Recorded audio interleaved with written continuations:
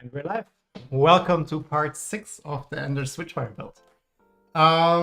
Yeah, a couple of things happened since we stopped last time. Nothing too crazy, but I did this and that. Hi 3D Printing Lab. Hope you didn't wait so long. A couple of things happened, but nothing too crazy. And yeah, like as always, we pretty much pick up where we left off. Let me quickly show you what I did. So one thing that was a bit of an issue last time was this. Let me actually show it on the printer. I think it's easier.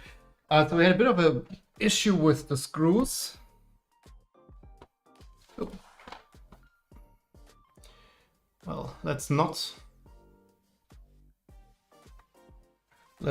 cancel the stream and put the printer on the laptop. Starts great. Okay, so basically we had those this like motor mount here, and we had a bit of a problem here with that we didn't have the matching screws, and we fixed that. And then the other issue I had was I tried to use those hammerhead nuts initially, but because of the shape they have, where this spring-loaded ball is here, basically there are two options. I can mount it this way. But then like we can't move the motor like flush to the extrusion here, which means we can't line up the belt path. So basically the best we could do is something like that, and then like it just doesn't quite work. So that's with this orientation, and with this orientation, this little hook here in the middle doesn't fit. So these are basically two options I have, which neither one works. So what I ended up is printing little T-nuts. They're not perfect, but they will do the job because we won't tighten those screws here massively, because we still want this all to like be able to move up and down, so that the belt will basically pull it up, right? So those won't be super tight, and there will not be any pulling force basically where the plastic would strip. It's just like the lateral force, vertical force in this direction basically, and there it doesn't really matter if they're plastic or not. That should be fine. So yeah, that's kind of like what I came up with here. So we use those printed T-nuts. By all means, if you have metal M5 T-nuts, go ahead and use them. I only have M4 and M3, so I'm out of luck. So that was one thing that I did, and then another thing I did was for this part here, which is the mounting point for the tool head later on. So basically this goes on the axis like X-axis like that. We also were missing screws here for some reason, and I found those black M3 by no clue how long, but they were like too long, so they were standing out on the side, and I basically just shortened those so that we now have this part mounted together. So that's another thing I did. And yeah, we were also missing some parts, which is this part here. Basically, this is mounted against the linear rail and then goes in this way, I think, in here. And then we can mount the outer parts to this adapter plate here. So I printed this. I also noticed we are missing this little piece here for the keyback thingy. So this goes to the top where the keyback basically is rolling over. We were also missing those parts here, which are to tighten the belt. So those were missing, and yeah, these were like kind of like all the parts that were missing. Hopefully, maybe I forgot even more. Who knows? Okay, then I would say let's put heated inserts in those parts. Let's also do this one here already. And I still don't know where those go. But this also doesn't look like a heated insert, so let's not touch those. But for the rest of the parts, a lot of heated inserts need to go in here, right? Oh yeah, this one we already did, so this one is good. So those two need some. And this one needs some. The question is which holes? Oh, the center four will need heated inserts, and the outer ones are then used to mount it against the linear rail. Does it line up? Yeah, it lines up. Okay, cool. So 4 go here, which then also means those 4 holes are already covered. Fairly certain that we will have heated inserts here and here. And yeah, let's best check Fusion where we need to put heated inserts in this part. Otherwise we'll do it wrong and then I'm very sad because I have to do it again. Worst case I have to print it again. That would be bad day. Okay. Let's explore it a bit. So we don't need this part. Oh, it's actually maybe try to. Well, this is too much. We had this last time already, right? This is only the front part.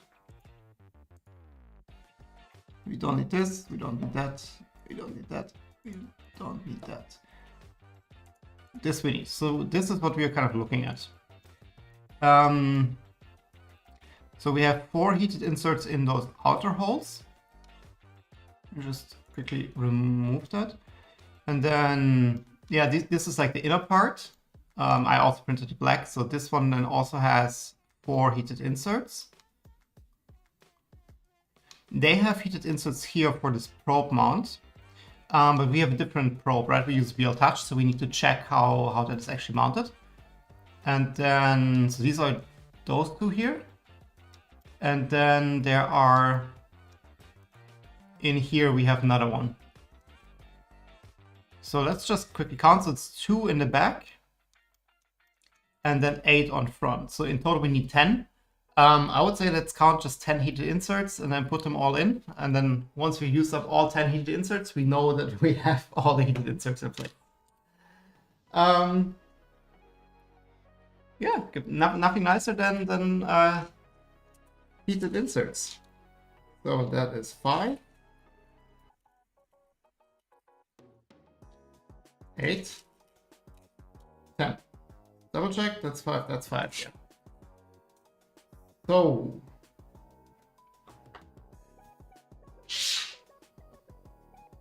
maybe let's start with the big part. I already preheated the soldering iron to 242. Your temperature may vary. Like, I had a couple of people ask what's the best temperature.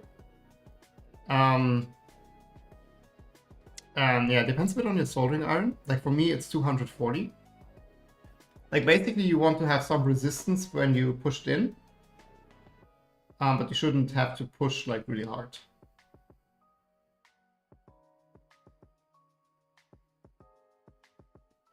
And it's also like if you have the heated insert on the tip a bit, that also helps, I think. Like just evenly heated. I'm looking at this now. And I'm fairly certain that we won't have heated inserts here in those holes on top. Like they're just way too small for a heated insert. Maybe we need to double check and compare this part with the one in Fusion, because this part is the one for the BLTouch, so it's slightly different than what we see in Fusion. But then let's do this one here. I'm not quite sure which direction it should have heated inserts. So this goes in with the channel to the front, so the flush side is to the back, so from this side. Let's quickly double fusion check. So the wire thing is facing the front, and then heat inserts are to the front too. Cool. Let's put them in. 1, 2, 3. Wrong hole. 4.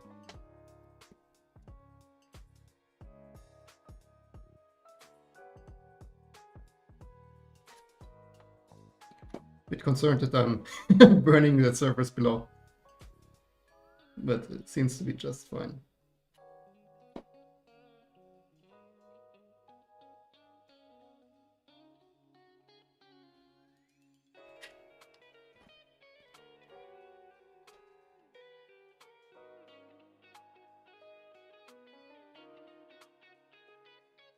kind of have a bad angle on that. I'm sorry. Maybe it's not. For the V0 build, we kind of used to have more or less this angle. Oops. Maybe that's better. Just not sure it's zooming in. Cool. Let's do the last two. And then let's quickly check Fusion again, what's up with the two missing heated inserts.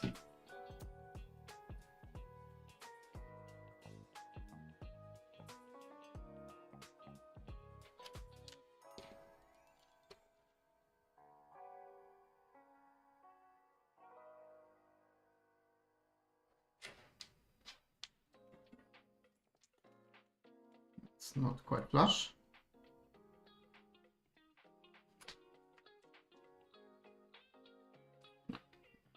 Also gets a bit more.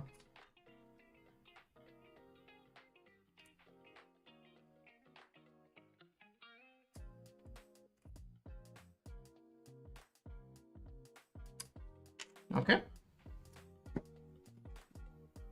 I mean, looking at this part, I mean, you can kind of have this close up.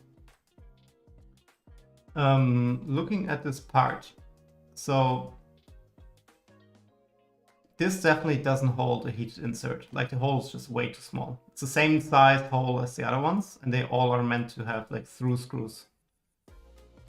So I'm not quite sure. Like, if I just grab like a random M3 screw,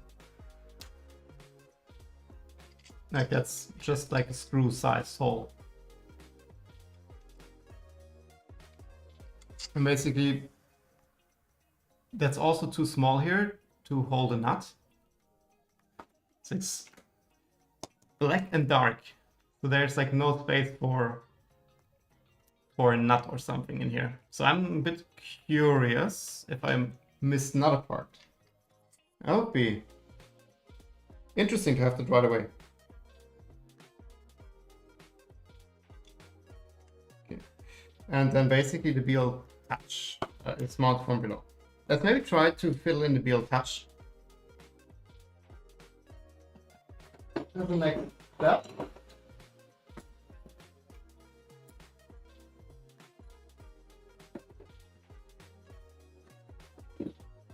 I'm actually not sure where I put it now.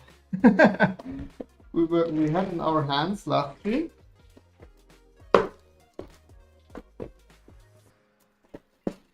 Ah, there it is. One BLTouch. And we also need the wire, right? Because basically this goes in like this.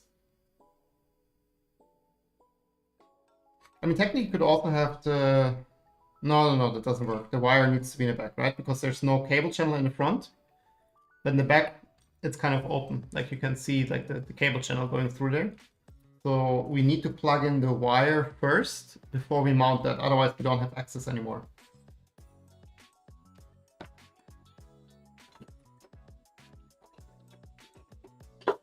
Let's take care of that.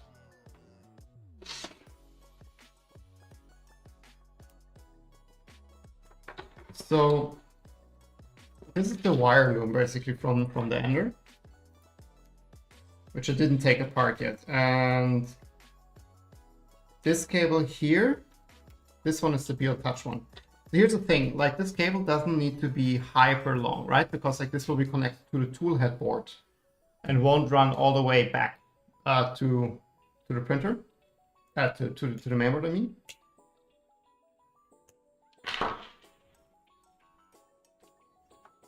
So let's just quickly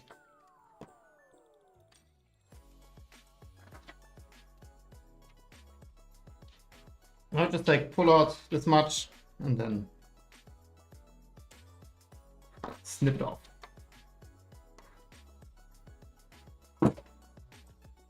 This should be like more than enough to reach the tool head board. So let's mount that, I guess.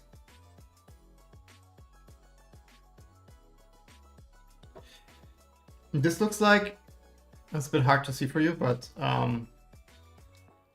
this is just like basically you just screw into plastic there, like it's just like a normal M3 hole basically. Oh, this will be interesting. Oh, yeah, we can lift it out that way. Then let's just, I assume it's like M3 by 8s.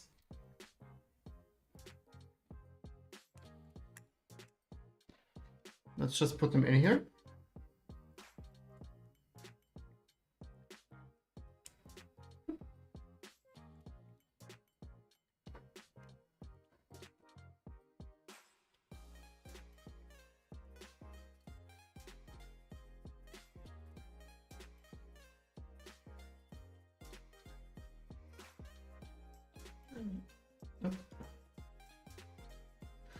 Zoom you out a bit. Let's just put this here and screw it in. Yeah, that's grabbing nicely into the plastic. Perfect. Yeah, I mean, screwing into plastic here is good enough, right? Like, there's not like any pressure on it. We just shouldn't over tighten it then and strip the plastic. Yeah, but this is solid. Tiny bit. Cool. And where do the cables go? Do they just go out here? I guess, right? I mean, here's like this half. Oh, I see it now. There's like a channel on top, so it's basically like this.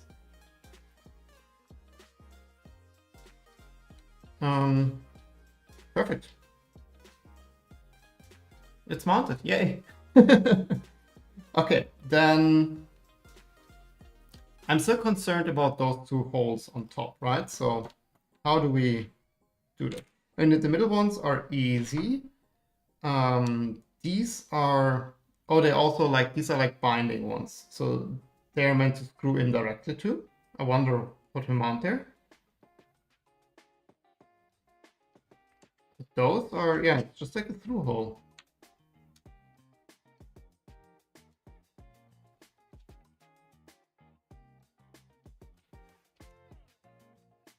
Interesting. Okay, let's investigate Fusion a bit. Like, this is not the official part, right? This is like a mod for the BLTouch. But nevertheless, let's quickly check if we can understand what's going on here. So we are talking about, I'll just start hiding stuff a little bit here. It's this screw here, right? And this basically for us goes more or less through. Not more or less, it goes through. So it's not a heated insert for us. But then the only goal of this screw here is to hold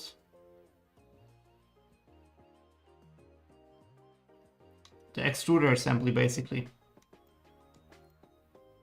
Right? That's the only connection point the extruder assembly has with the main mounting thing. Is there something from the top? No, there are no holes from the top. So these are the only two. So I'm a bit confused because I don't see a point changing that in the mod here. I mean, we could most certainly get a heated insert in here. I'm just a bit concerned that that's not flush. On the other side, we can also like, it's also like not a cap, like the pocket here is not captive, captivity, like it doesn't capture, it doesn't capture enough. It's not hex shape. Oh, I don't have any M3 nuts anymore laying around here. Let me go to my secret stash of M3 nuts. Here, so if I now try to put an M3 nut here, like, oh, maybe it's capturing it. Oh yeah, it is. Okay, so for some reason we use a nut here from the back instead of a heated insert from the front. Maybe whoever made this mod, link is in the description actually, had problems with the heated inserts not being strong enough, or I don't know. Because like here now basically, like as you tighten it, like you squeeze, like it's pulling through the plastic, compared to if you tighten really hard against the heated inserts, like you're forced pulling out the heated insert basically, or wants to. So this is more stable, I guess, but a bit interesting. My problem is I forgot to buy heat. Yeah, I forgot to buy heated super glue. Yeah, I forgot to buy super glue. So I don't really have a way to glue those in at the moment, which is kind of a bummer, because normally I would now put in a screw and put a little tiny dab of super glue here, just like to hold the nut in place. Yeah, there was an oversight on my end.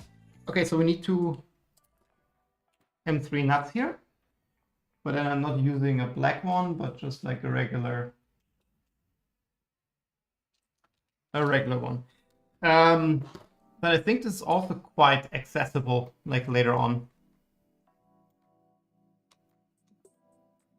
I mean, yes, you have the cable chain here. Yeah, but this is above. Yeah, this is just above the thing. So basically, this is accessible later on if we don't have the cable chain on yet, or if we have the cable chain on, we can detach the cable chain on top, roll the cable chain towards like the right side, and then just move the tool to the left side, and it's still accessible. So we don't have to add the nuts now there. We can do that later. Then I guess this is all we need to do now at the moment.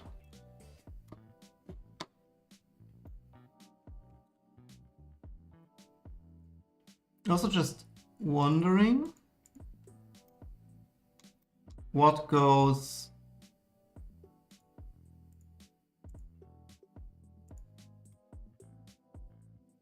here, because they're like those like two levitating screws. I'm not sure if I hit something, or what are those screws for?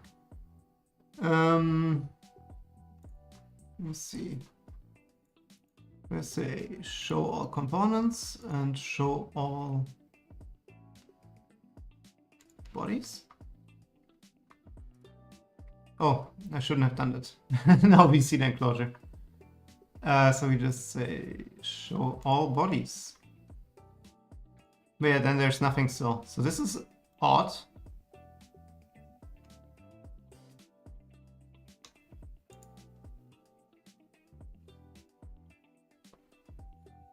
I'm not quite sure. I mean, the screw is called body 13, so it's also very informative. So I would assume this is just some oddity we don't have to care about. Hi, Alex. Cool. But then I guess we can put this carriage on the linear rail. At which point we, at least for one side, we have the motor on only for one side at the moment. We have this motor on, so we can run one of the belts and just see how that goes. Because I'm a little bit concerned with the belt path. But yeah, is it some kind of end stop? Oh, that could be. Yeah, that might be. That's a good one. I mean, it's not in the model, but this looks end stop spaced. Like if we look at the real part, let me bring you close in. So this also doesn't look like an M3 hole, right? Like this looks like a M2 self-tapping, now that you mention end stop. So this could very well be like an end stop position. Yeah, that would also align with the end. Like basically, the end stop would hit here basically. So this would be the perfect spot for that. Like if I kind of put this on, then yeah, it would hit down. Hit basically down here. So yeah, this is the end stop. You're absolutely right. But we don't use end stops, so I don't care about end stops. We will be sensorless. Cool. But then this looks like a part we can use. Let's do the following. We need to mount this plate first.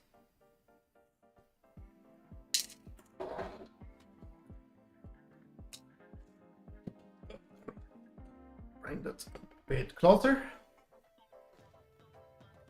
So we need to mount the adapter plate, and basically the carriage goes onto the adapter plate. So it's time for our favorite M3x8. Let's see.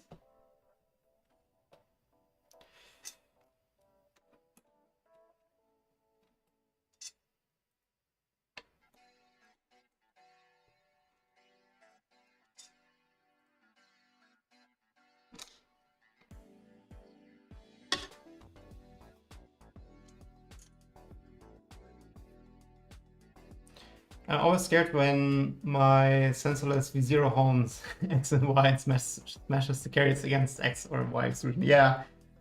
I mean, like, you can tune it, right? Like, that's not as harsh, but then, like, it's also, like, coming with, like, penalties in how reliable it is.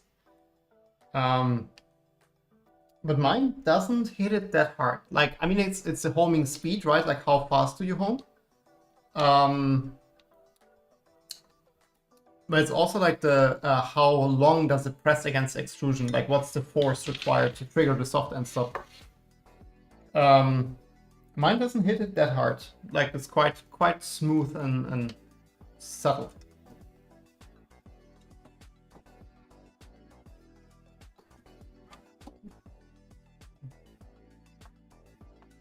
Yeah, that seems to be on there good.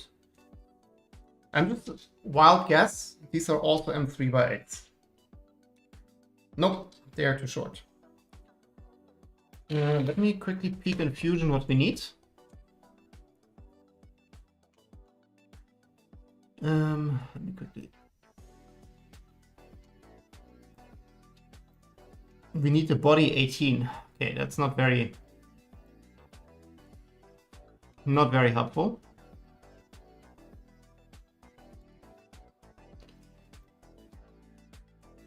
It's a bit sad that like the bodies are not quite correctly. That's not what I wanted. Not quite correctly named. So in other Voron files, they're always named like, oh, where am I now? Like M3x8 or something. And you can directly see what it is. This is 12.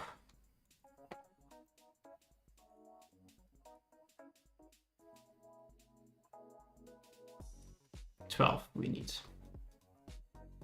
Let me see if I have. No, I don't have M3x12 here.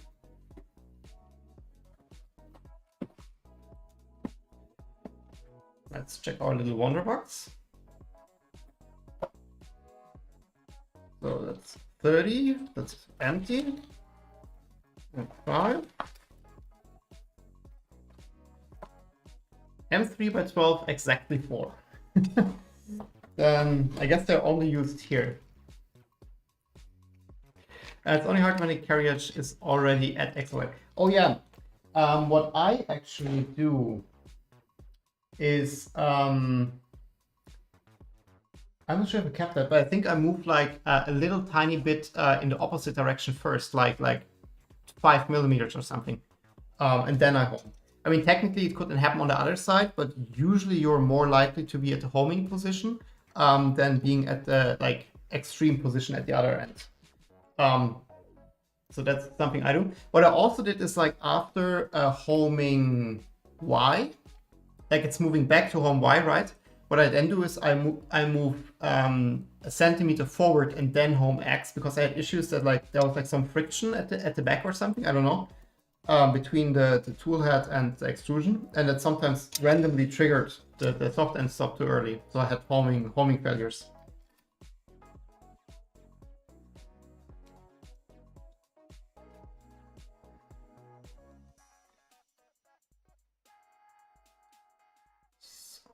See?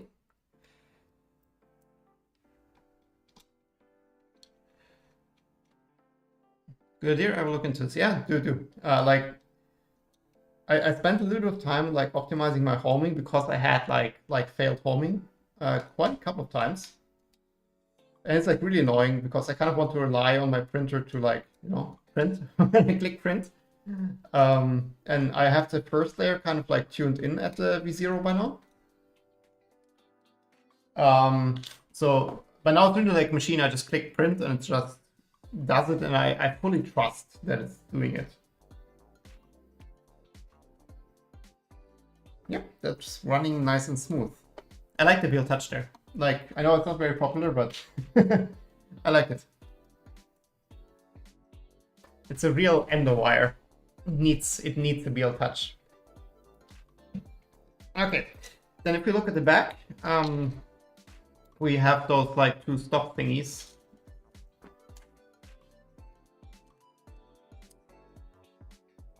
This is definitely not long enough.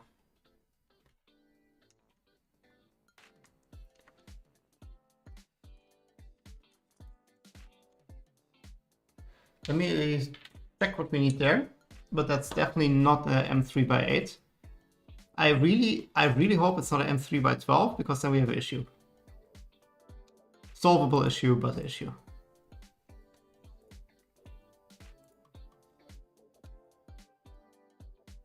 What do we have here? So we do measure 20, M3x20. No, that's completely wrong.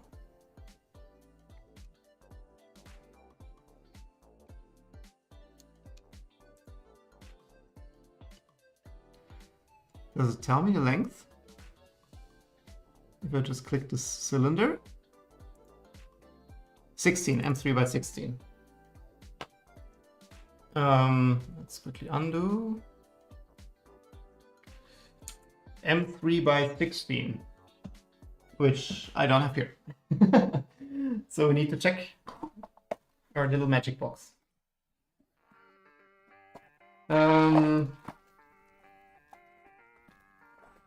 These are again the 30s. Oh, there's a M3x16. Exactly 4. So we need only 2. Oh, it's fine. We only need 2 for now.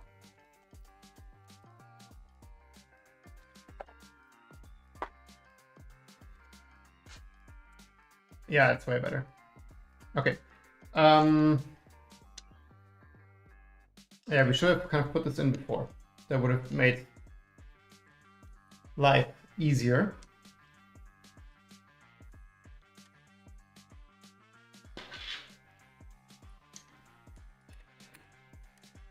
I'm not going to tighten them or anything. It's just like to have them in there so we can... There's like a little tiny gap now where we can put the belts in.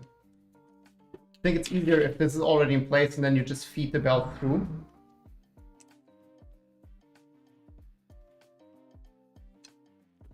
Oh. Oh, weird. It was like briefly binding. Maybe we have to revisit that.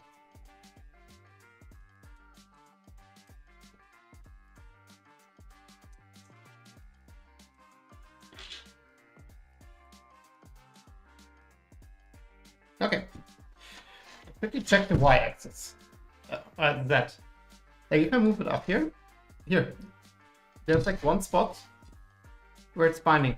Here, exactly here.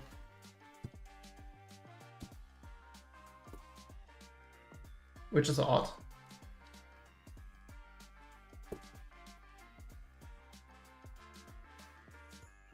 Huh. Okay, whatever it is, we should figure it out before we put on the belts. That's unexpected.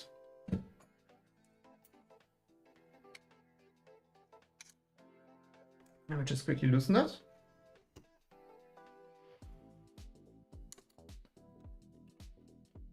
Just kind of like pressing up in the middle, tightening it again.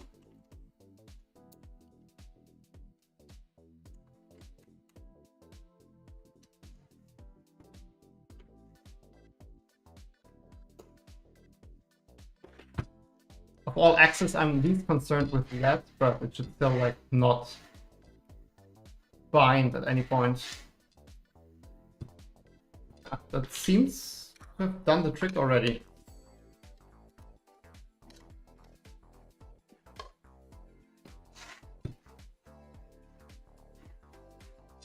Yeah. Weird. Okay, no clue why that was needed. But good that we caught it. Okay, so then let's run one belt loop.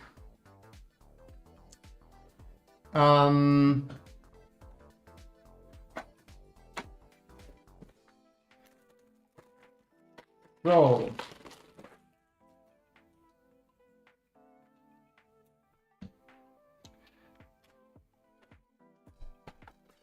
let's see how we do that. We need to have the teeth facing upward here because the stop blocks basically are like that. Let me see. Do we have that in Fusion? Are the belts modeled? Yes, but without the teeth. So they do come from the top, that is clear. And let's start with the one on the rear. So the one on the rear then basically goes down around the motor and then up and does the loop. That means if we look at the run then basically, right? So the teeth need to be in this orientation here, right? So we have them at the gear here. So they go in facing to the top here, and then that would mean we need to tighten it here with the teeth facing upward.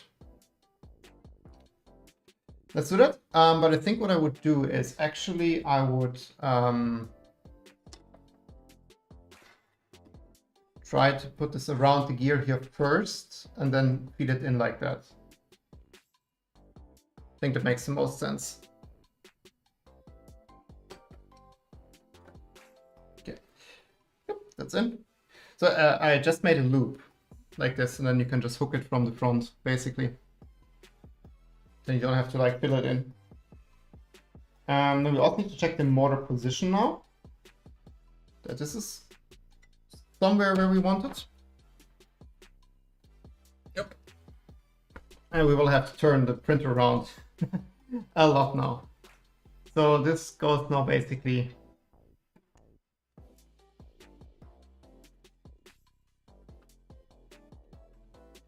to be honest, I think we shouldn't mount it yet. Like it's impossible to work here. Let's quickly pull this off and try without. So we just quickly loosen those screws here.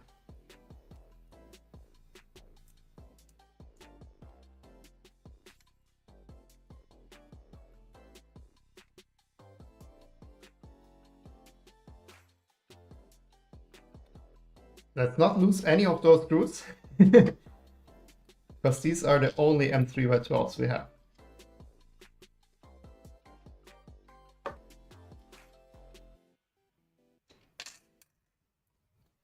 Okay, so now we can,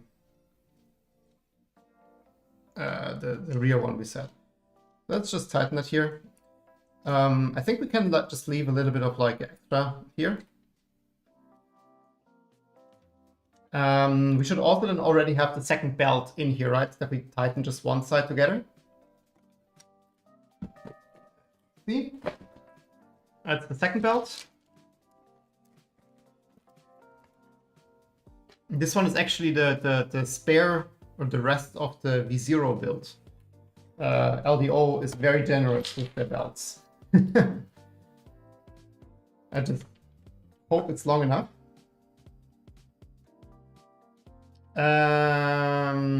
Let's just first, before we do anything, if we now put in both belts, we should make sure the belts are the same length first. Let's be smart. And just align them.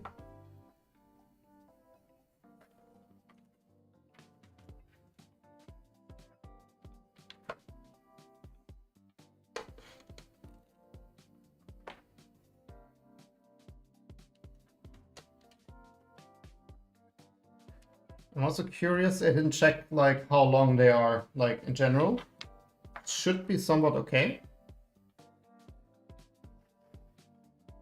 But I would now just take the shorter one first, I think, and just do a trial run with that one shorter belt and see if it's long enough.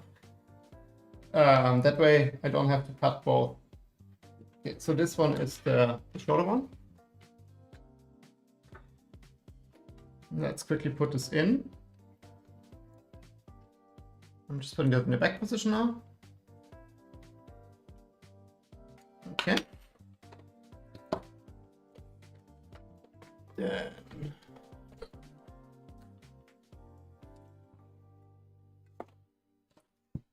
oh, I put it in the wrong way. Teeth are facing up. Let's try again.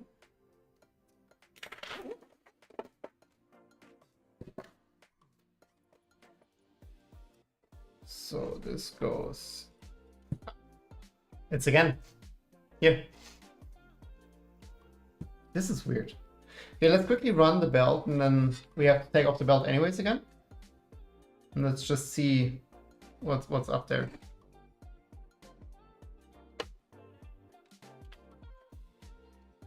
Or let's check again.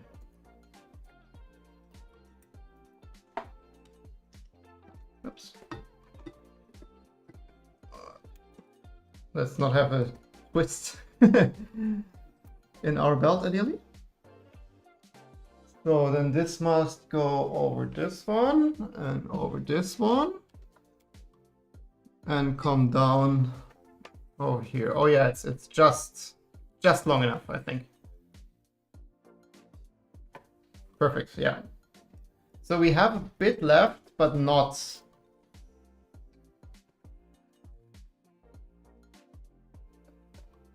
a lot. So I think just like with like plenty spare, let's just cut it to this length for now. A tad shorter, right? We don't have to overdo it. I mean, this is routed correctly everywhere.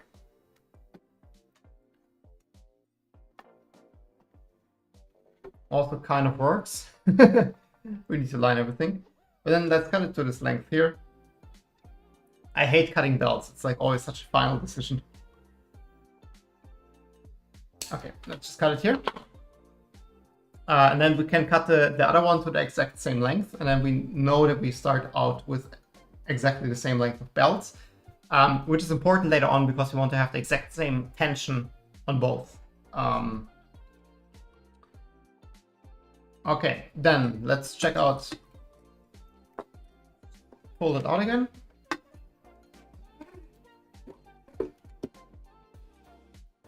And let's check this. Why?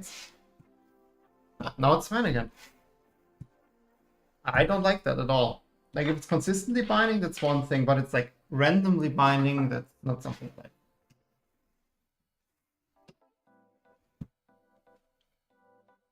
Let's quickly, I just move it to the top.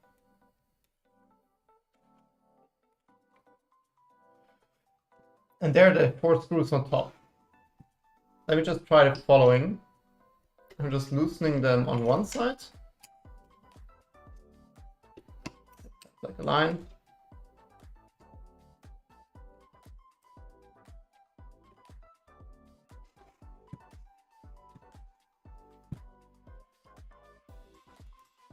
let's just play with that for a second, just to be sure like this is fine, because I really don't want to work on the linear, like on the frame after the belts are in place.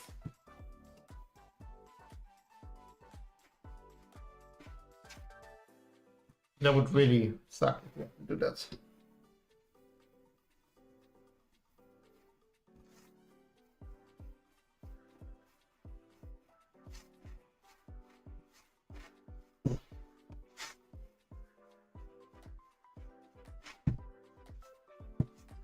Huh. I mean, now it's fine. Maybe those two screws is the trick.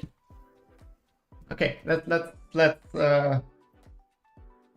assume it's fine. Okay, which we did before, and then it wasn't fine. So then this is the belt length we want.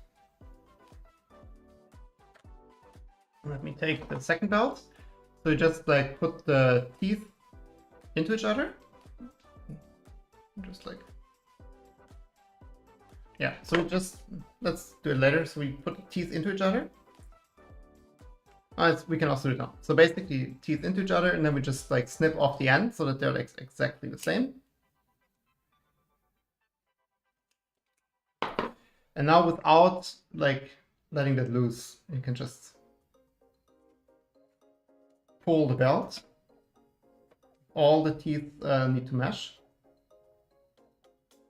And we just work our way down the belt.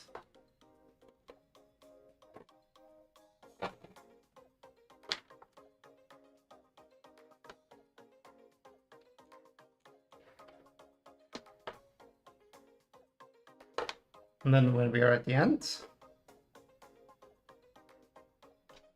we cut again. Like I cut both, so they're like exactly the same length. I'm actually not sure if it matters, like the tooth count is kind of like the important part. But now they're like to the millimeter the same length. Which also means they have the same tooth count. Cool. I was like not too generous with ordering belts, so that's all the belt I have left. I was definitely cheaping out there. So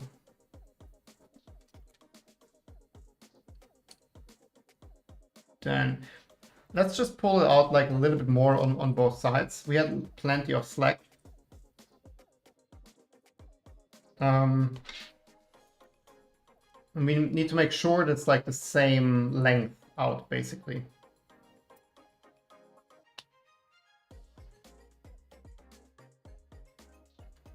Yeah, that looks good. Let's just tighten that here, so they won't slip. Let me just like throw it over there for now.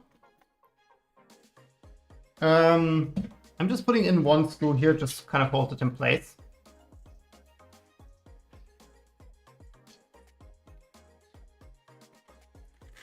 Okay, so let's do the one we did before. So we pull it through, that's the back one, the back run. So pull it through here, tooth facing up, and we make a little loop.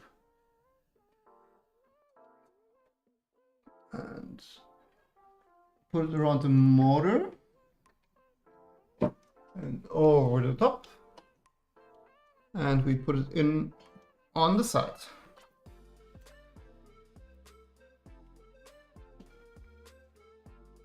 Yep. Let's twist it there. Cool. And let's get this up again. And then we can pull the belt through for now. Like I keep it quite loose so we can like work on this a little bit. But then basically this would be like the first run. For the second one we need to still install the motor. We could have done before, but where's the fun in that? Let's see. So yeah, I mean like it's super loose now, but it works. If we put a bit of tension on it. Oh.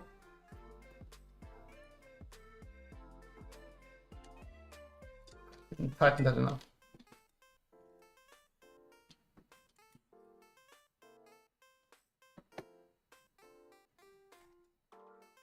Okay, so now if we put a bit of tension on it.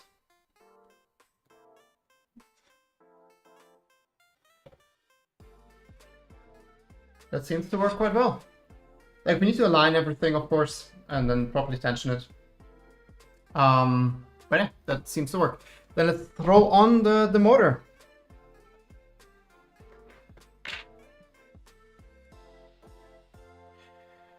So that's this one. Yeah, we're facing the plug inward. And then those two basically...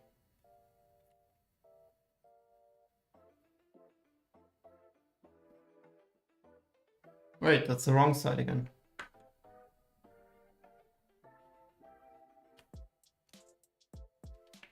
I printed this side twice.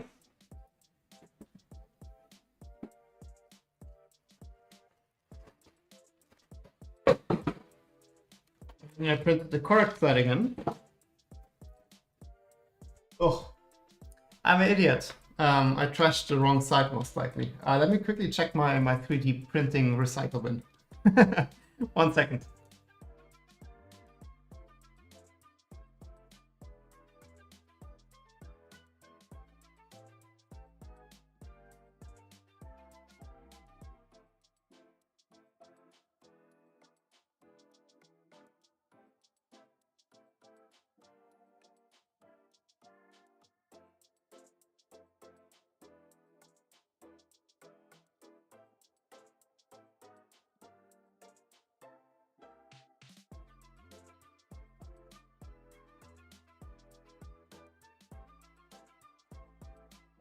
Problem.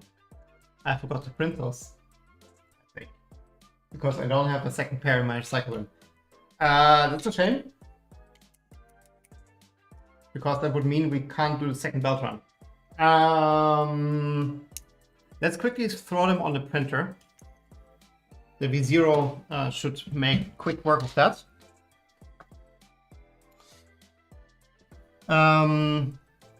Let's see if we look in Fusion. Start up extrusion slicer.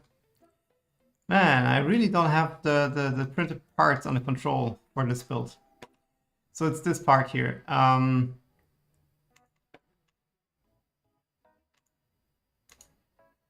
Maybe if we send it to extrusion slicer.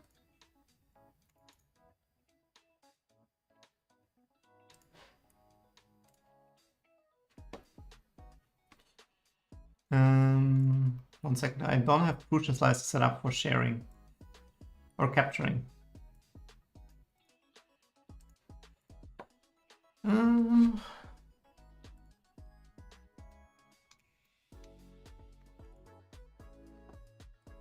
That takes an hour and a bit. Oh, that's a bummer.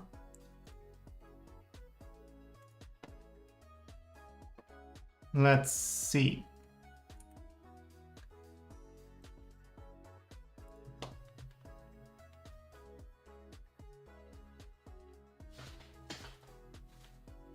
Oh, there's still some stuff on the print pad. Let me quickly pull it off, and then we can let it print. And then my suggestion would be, let's align the other one, the other belt that like the motor is aligned properly. And let's also try to tension that and play around with tensioning a bit, because we have to test this plastic M5 nut.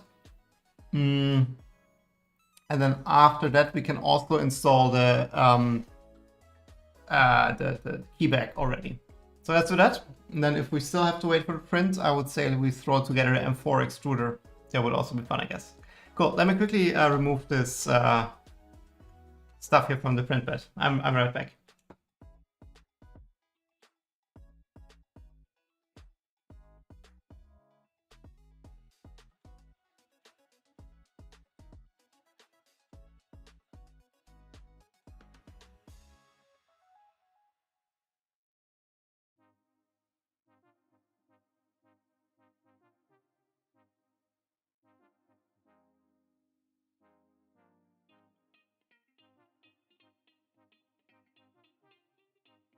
Okay, so that is printing. Let me also like maybe put that back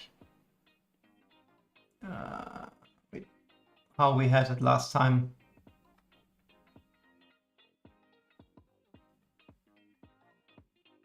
Oh, that's the wrong one. Where is it? Here, there we go. So you get a nice view of what's going on. Here we go. Okay. Then that's a bummer. Sorry for that. I'm really chaotic right now with those parts. Yeah, let's install a keyback first, I think, because then we can also like this will stay in place. This being the x-axis. So keyback. So last time we were missing this part here, which basically, let's see if I can kind of like show everything. Goes up here, and then we will have a like little roller here. The keyback will be down here, and then the keyback will just like loop around that. And then the original one has those like two mounting points here, but we actually don't need that. Our setup is a little bit simpler because we don't use a keyback, but this like alternative keyback thingy. And this is the mount for it. So this basically goes on here, and then this goes, I guess, here. And then this course basically loops around. So that's sort of the top one. Let's mount this one, and then let's see how it goes. The reason why I don't have a original keyback is the keyback costs like 30 euros, and this one is like 2 or 3. So it's just like way cheaper. Looking at this, I'm just a little bit concerned if we don't have screws again. I mean, this should work.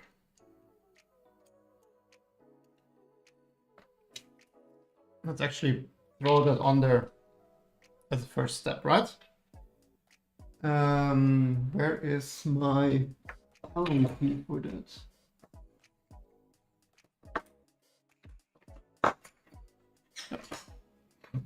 Here it is. So let's, oh.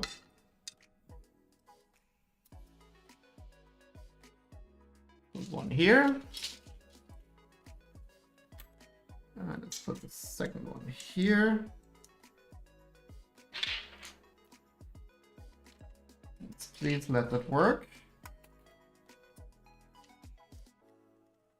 Ah, perfect. Yeah, this is a good screw for that.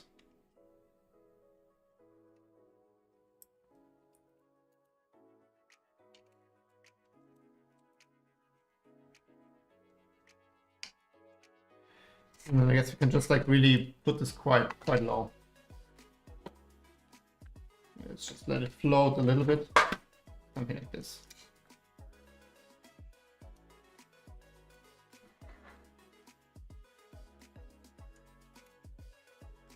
Yeah. Okay, then let's see how we mount this to here. So we need some M5s again. I'm just randomly taking some M5. Oh, we can screw into that. Okay, interesting. So if we take a correctly sized screw, we can directly like screw into this plastic part here. We still have two of the short ones,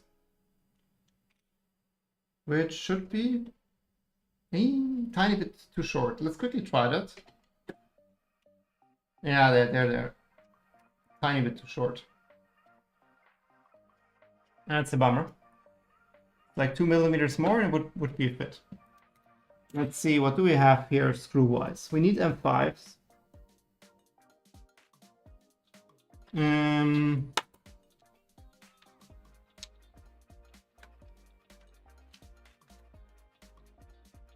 I do have...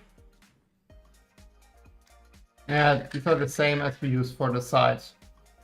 That would work. They're not pretty, but these are the same we use for the motor, what I meant. Just really not a fan that they're like the stupid how's it called? Like the simple screw type. Let's see.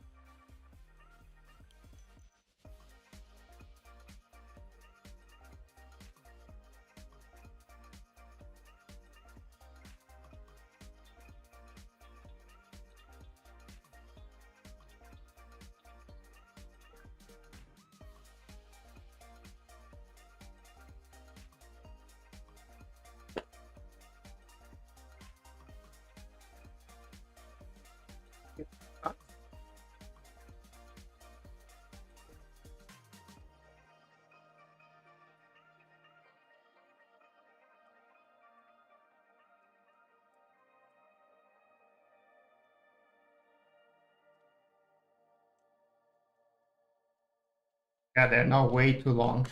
Let's quickly check what the printer is doing.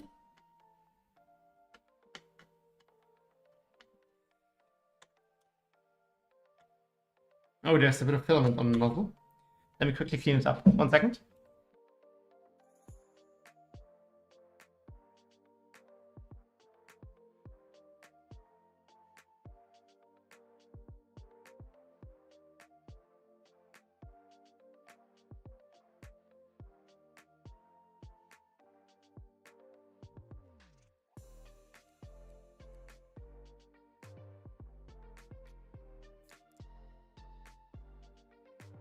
Okay, now it's gone. Perfect. Okay, then that is fine. Okay, then this one is mounted, right? That looks good. Yeah, but this one is like €3 versus like oh shit, now I forgot this. I took the screwdriver to the printer. 1 second.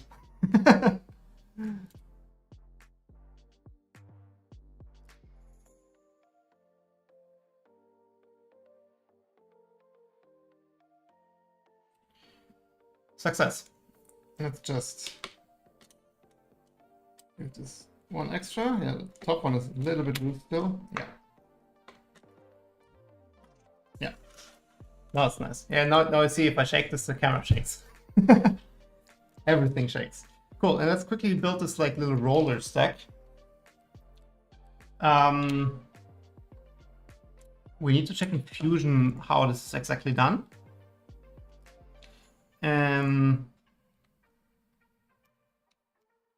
So, I mean, here you see that's like the original keybags that looks a bit different, but the function is the same. So we have a bearing stack. This looks like something we don't have. M5x16.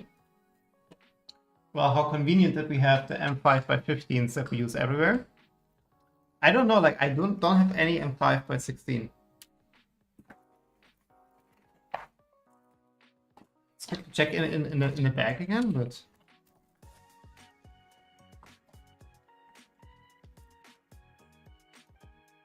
oh, I do have those.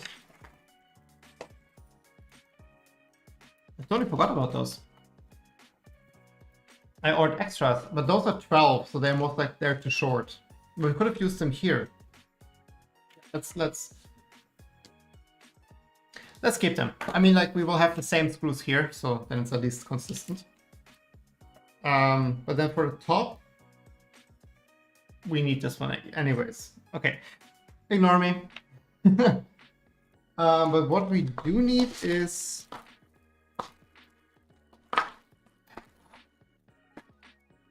the M5 shims for the stack.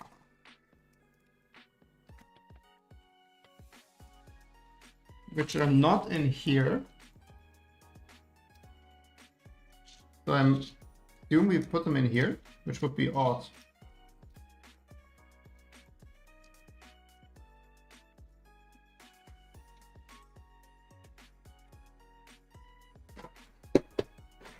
Let's look for the rollers. Maybe we have at least something. Oh, yeah, I put everything in one bag. And put it into the chaos chest.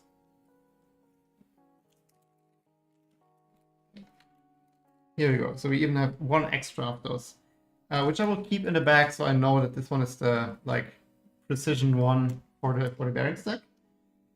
Okay, so then basically we have bearing, and then the little washer.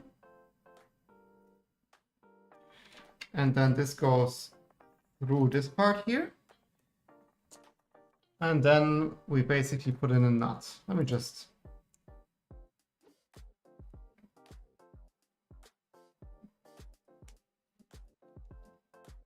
put it on here. And now we can just slide that on. So I guess it should go, if you look kind of like in the path of that.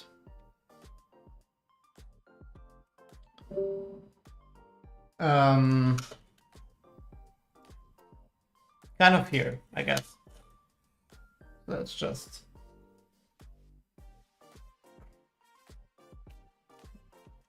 let's just leave it like we can slide it a little bit, but it can still already hold a little bit of weight. And then let me just grab.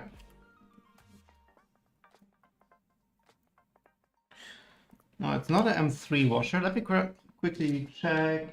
I'm fairly certain, yeah. I do have M3 washers.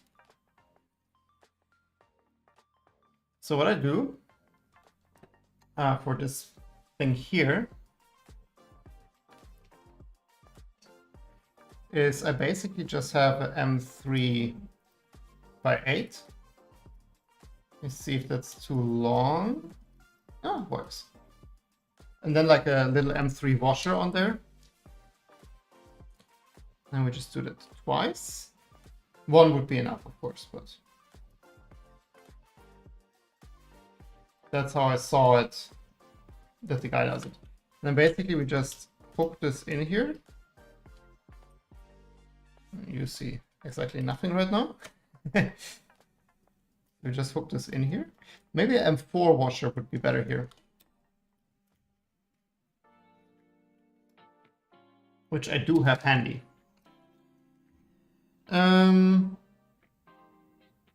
Yeah. That was not smart.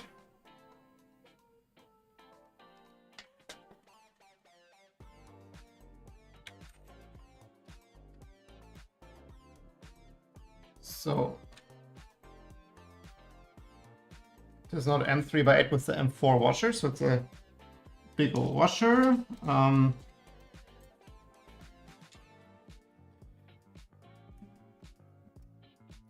Maybe let's actually just stack the two washers. Then we have the M3 and the M4 washer like on top of each other. Then the screw doesn't like, or it doesn't slip through anyways, but then it's like a little bit nicer in the way it doesn't slip through. Okay, here as well. So one M3 washer, one M4 washer.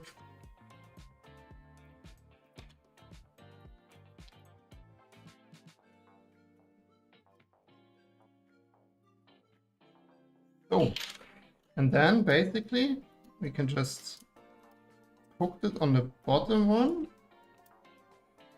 like this. I'll just quickly put this over the top and we can tighten that.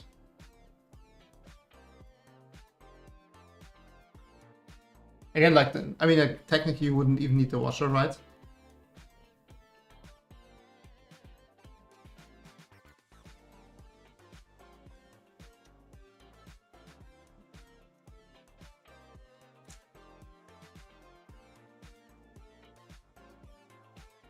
Oh, I was wondering why it didn't work, but this doesn't work. Like this. You should put it over here.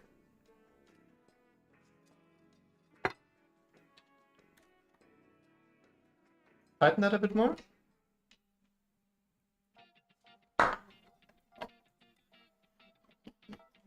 Kind of like put this in place here for a second.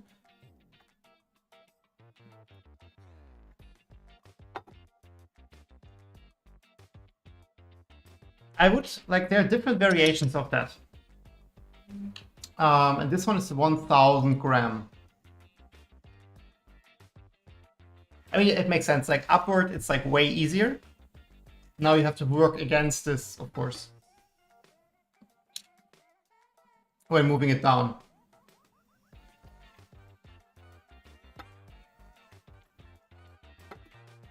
But like besides this dangling here, that moves smooth. And now like it just like holds the position. So basically here's why this is needed at all. So because the Switchwire has like this XZ belt drive basically, as soon as the motor powers off, the gantry will just fall down. The only reason we need this is just like to keep the gantry in spot. So this just pulls up the gantry and holds the gantry. Yeah, now looking from this angle, I see that this is like a little bit like tilted. So I'll just move that over a notch.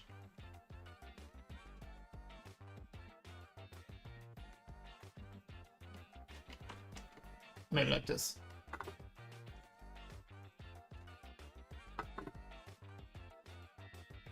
I think my goal would be that it doesn't rub on the metal here. So let me just move that actually just vertical.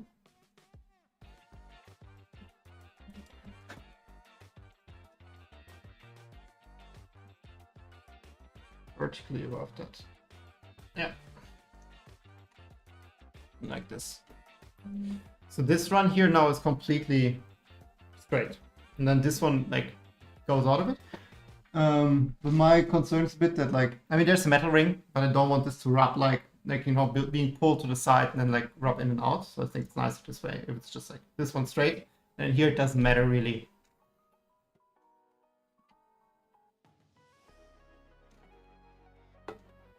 Nice. That makes our life easier working with it, because now we can just put it up and then we can work here. Perfect. Okay, let's quickly take a close-up look. This looks good. It's already quite progressed. I can't imagine it's taking like 1.5 hours. Now let me see. What is the ETA? 1 hour 13. I'm pretty sure that this estimate will go down. Yeah, filament 54 minutes. Yeah, let's see.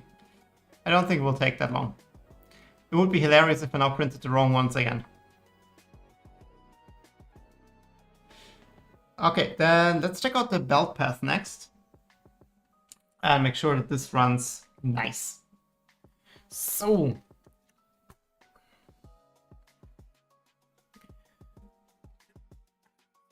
on here. So... basically, this should all be like nice and straight, of course, and we shouldn't rub on anything. I think this is actually like already like kind of fine, to be honest.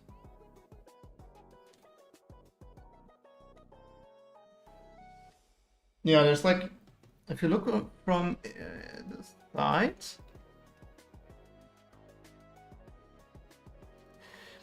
you can actually see that there's like a little bit of a gap on both sides, right? Like left and right of the, like here and here, there's like a little tiny gap.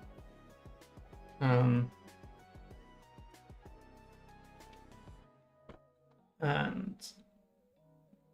yeah, this is exactly like how it should be. Like you don't want to have the belt rubbing on either side.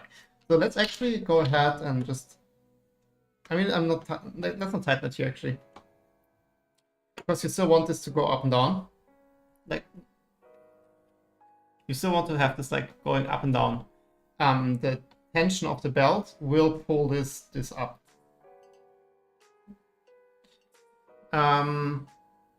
Cool. Well, now it's a shame that we can't do the second run. I'm thinking, like, is there anything... I mean, you could also start with the stealth burner, actually. Just see. And that's like a little bit chaotic, like out of order what I'm doing. But let's quickly run this belt through as well. And then just like we leave it on the motor. And this is a little bit cleaned up.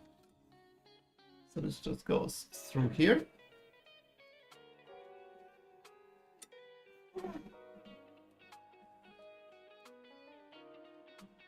This goes over the top. And then it basically goes to the motor down here. So yeah, now there's a little bit of a run.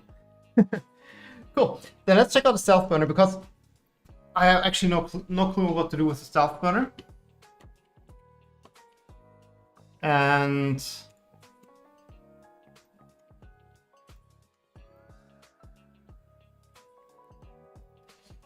now that I'm talking about it, I actually forgot to print another part. Like, not print, we actually haven't even designed it yet. Maybe that's also something we can do today, maybe, technically. So basically, the setup is that if you look at the normal stealth burner setup here, you do have the filament coming in on top here, and then it runs through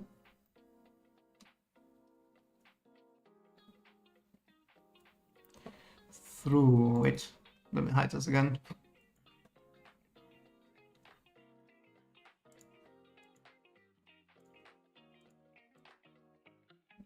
So then it runs basically through the extruder here. Through the gears here, and then basically is pushed down to the hot end. For us, this will be a little bit different, right? Because we will have the M4 extruder and a Voron setup. But we will not have one M4 extruder, but we will have two M4 extruders. So basically what we want to do here is we want to have like a V-shaped like filament run, that you have like two inlets here for two filaments, different filament sources, that then come together in the middle here basically. And then depending which extruder is active, you pull out one filament a little bit, and then the other filament is fed through. And this is something that does exist for the Switchwire.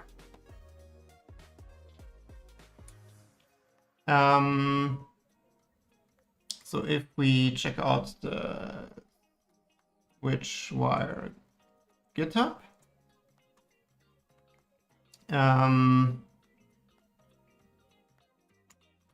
it's funny that, like, I mean, that's customized for me most likely, but like the Enderwire is like the second hit. So if we check out here the SDLs, and then gantry, I think. Carriage? No. Where is it?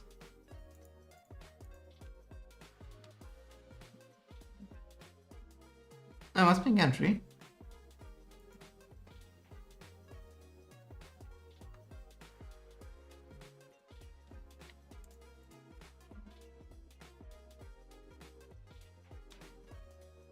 Oh, where is it? Because this V mount part does exist, but only for stealth burner, for the afterburner. So my thing was I kind of wanted to. I mean, technically you could use the afterburner part on stealth burner, but then it looks a bit weird.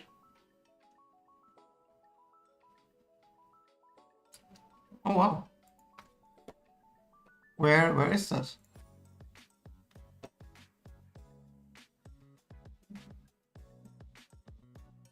Huh.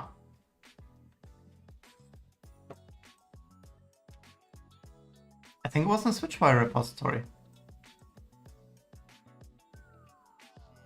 And then like all from those options, the only sensible option would be gantry. Let's check out the other branch.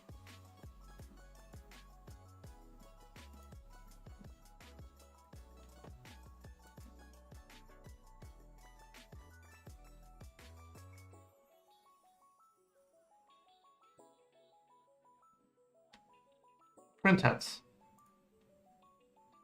That's where we want to go.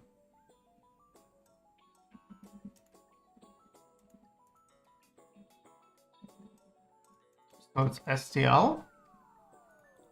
Gantry. Oh, it doesn't exist here. So you need to be in this branch. No,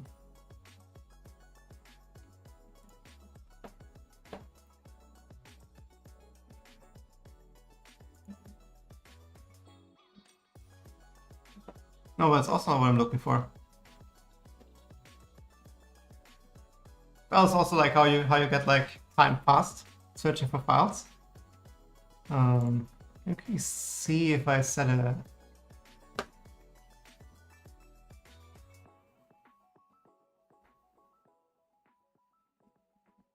bookmark.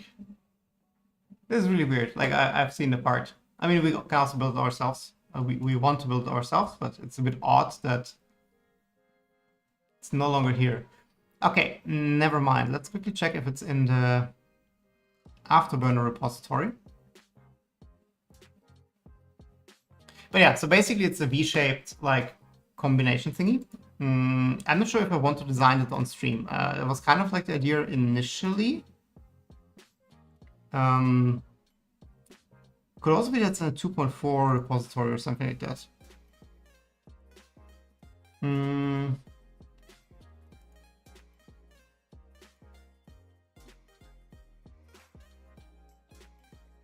Here. There it is. So there's the Bowden dual. Let's see.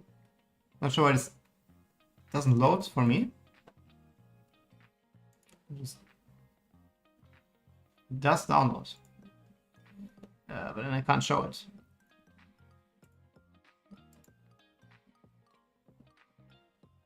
That's a shame. Yeah. I don't know why it doesn't show up. Let's quickly let me just show it to you in Prusa Slicer. So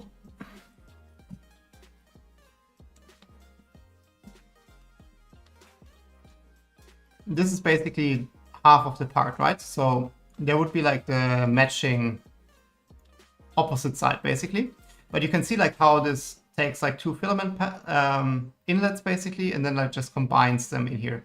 And then basically depending which side or which extruder you want to use, like the other one pulls out filament and the one you want to use pushes in the filament. And this one is of course the afterburner part, but we want to use self-burner. So basically we have to just build the same thing for self-burner, which is not a big deal, I think. Because we basically can, looking at that here, yeah, it's like the shape is kind of like we have the geometry, right, that we need. It will be a little bit interesting to have the Y, because they need to be quite close. Because if you look here, there's not a lot of space. But yeah, I think we can make a bit of space, and then we don't have those screws here, of course. The only problem is we have this like side board here. So we kind of need to have the two inlets very, very close on top, so that we can most likely make use of this section here. And then one comes in here, and the other one comes in here. It will be quite tight, but yeah, I kind of want to have that self-burner aesthetic from the outside. Yeah, that's kind of the plan. But then I would guess I would design it off stream. It's always like a little bit stressful for me to like, I need to focus a bit. It's not super easy for me.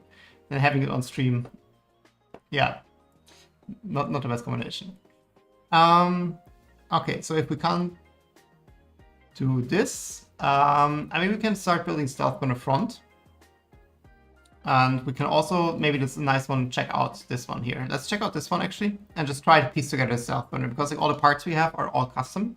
So we have the custom carriage with the BLTouch. We have the custom hotend mount for the MicroSiwss, and we will have at some point the extrude, like this dual extrusion part here. Oh, I can do it. This one's the right one. Okay. Let's check out the parts.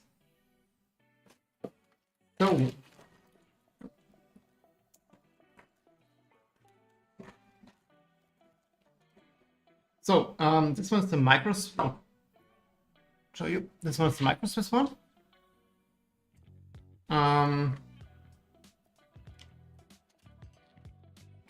And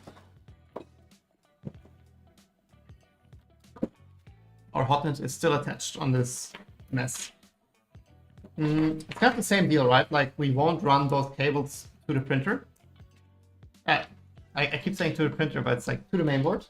So if we just like take a really generous amount of cable, you don't have to care about the rest.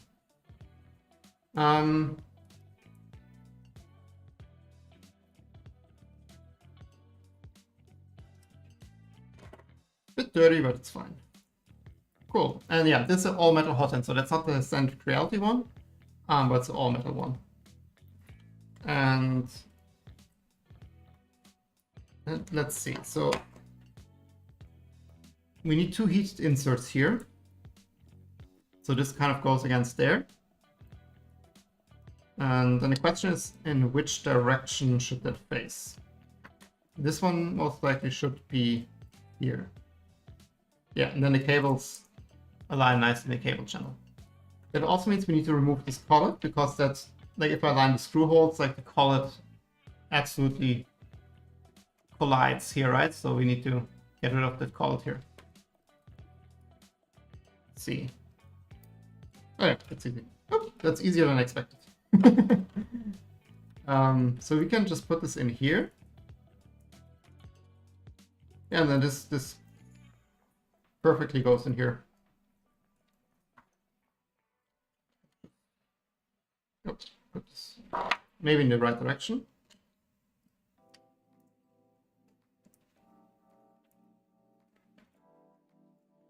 Yeah, the cables are.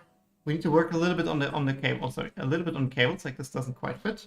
But I would say let's put in the heated inserts, which would mean 2 here,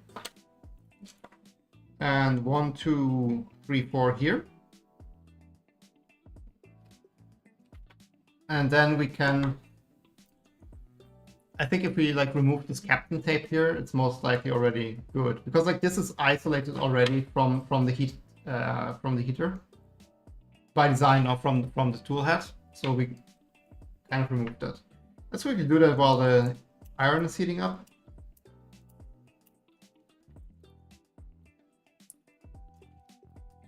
I'm actually not sure if the heater cartridge, I think, is still the one from the Ender. I don't think the MicroSiwss came with like a separate heater cartridge.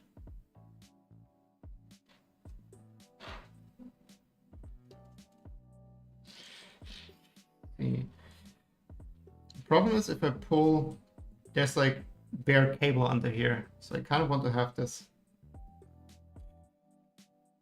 on here then. Okay, that's mounted here, and then I think we will squeeze it in with the cables.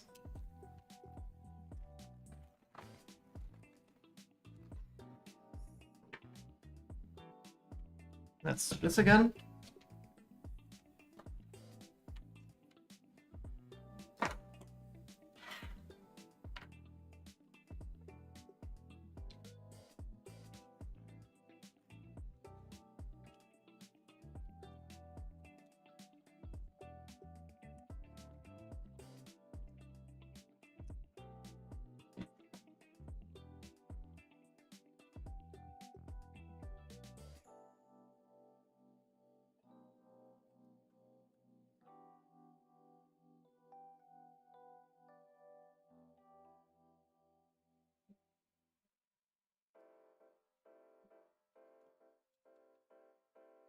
We need a lot more here.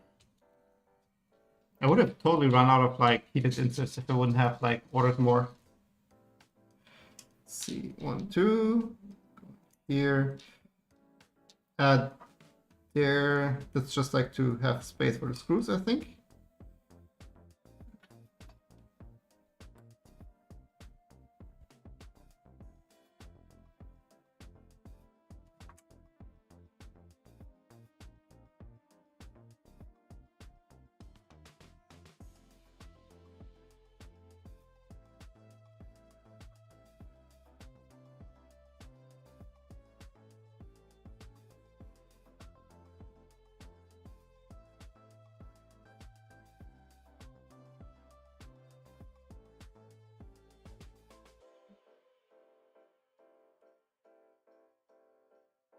Good. Perfect. Then let's see. So let's mount that in here. Not quite sure what we need screw-wise there.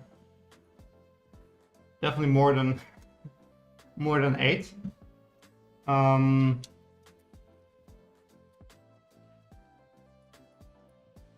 This looks kind of okay.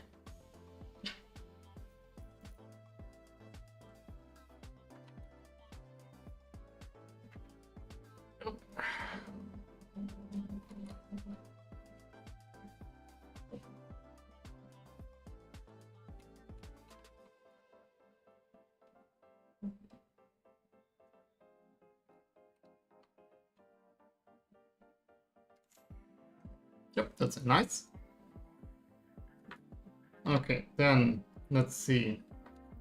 So this kind of needs to be bent a bit. And I think that's the problem, like you have to bend around this curve here a little bit.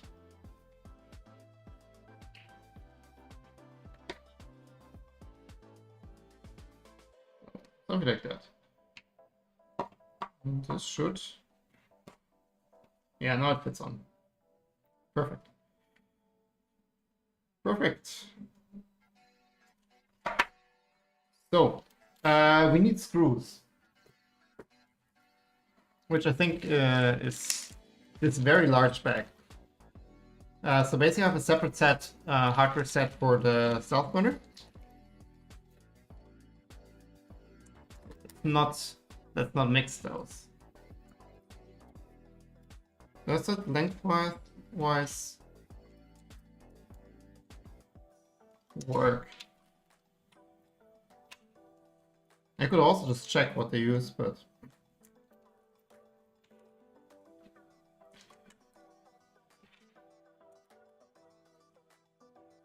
okay, that's too short. This one does work. Oh.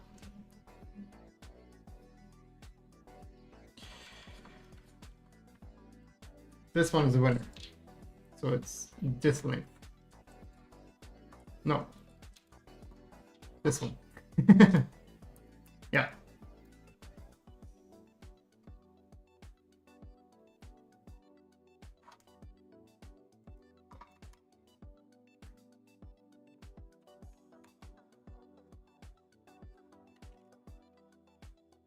Cool. This seems to fit well.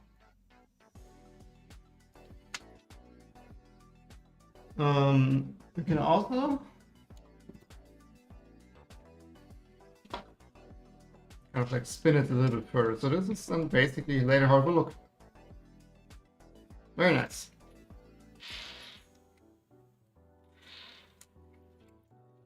I'm a bit bothered that the heater block is not quite straight. That it's like whenever you like change the nozzle, this will happen. Like at some point, I most likely will end up having a Ravo nozzle in here. I kind of like it on my V0.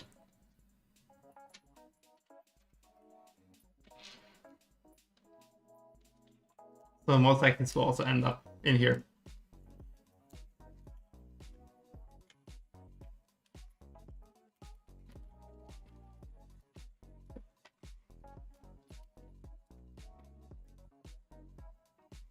Let's put this back in the back here. Okay, cool. So this kind of looks like this part fits. Like I was a little bit concerned about that. Not gonna lie.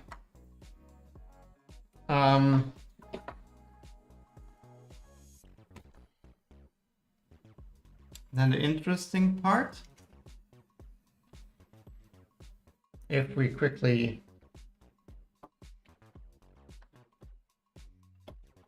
mount this rudimentarily.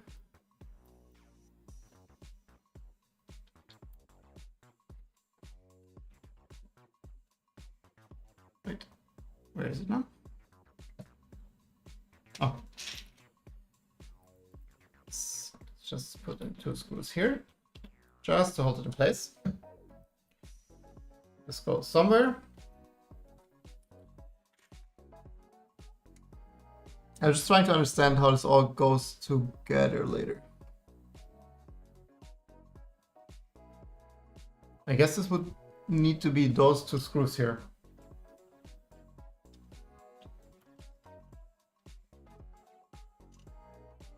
No, it must be higher. Wait, I'm way off. Oh, those, yeah. So this would go here then. And I'm just looking like for the kind of like nozzle to BLTouch element.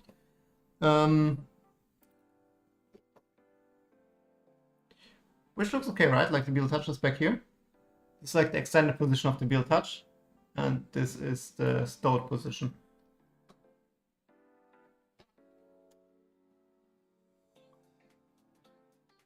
So, try to focus on that. I know those things in the background are really nice, but here you can see like it's quite close. I mean, it's definitely the BLTouch is higher up, but it seems to be fine. Like for you, it's not, because you're kind of like looking from the bottom up a little bit. But it's definitely like tiny bit higher. So this is fine, and then like if it's stowed, it's like way out. So this is good. I was a little concerned that those two parts don't work together for some reason. But that seems like it will work out. Cool, let's quickly check what our parts are doing. 36 minutes. Getting there. Okay, then.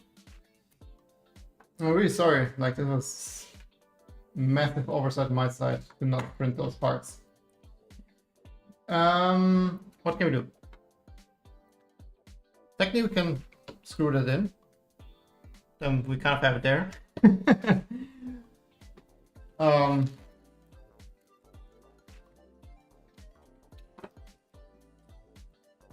I was not quite sure which screws to use there, but we can just find out. As always.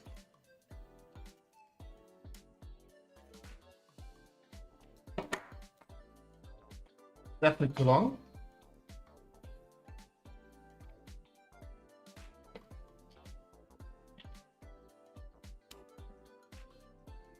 The screw is supposed to go in there, right? Oh wait, there's one more layer missing, right?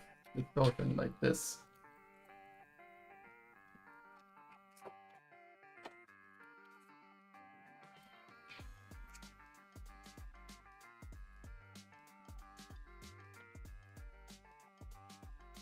Is there supposed to be heat? No, it's not supposed to be heated insert, I think.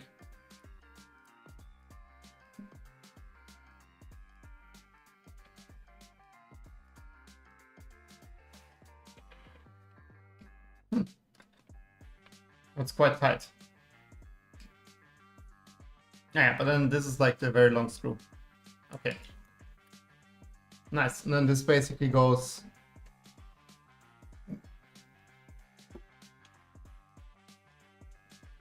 This screw then basically goes into this heated insert here. And then it comes together. Let's just, for the fun, put it on there.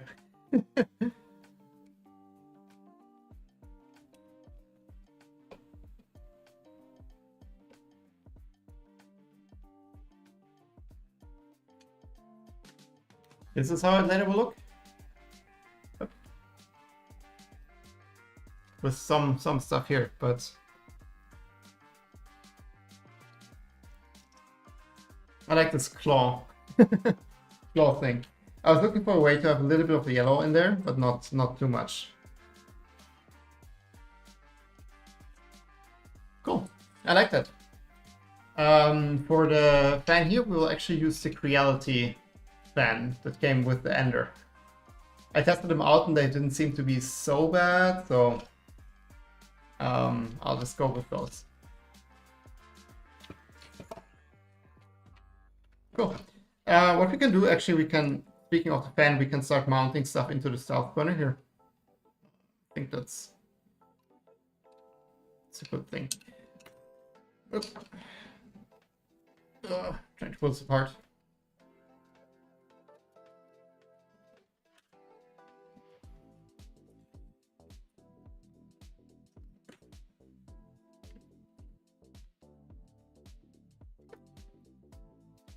Okay. Then I would say let's do something completely crazy and check out the stealth burner manual. I'm not sure if they have a separate manual for stealth burner, to be honest. I mean, I roughly know how it goes together. Oh. Before a change, let's see if we have a manual.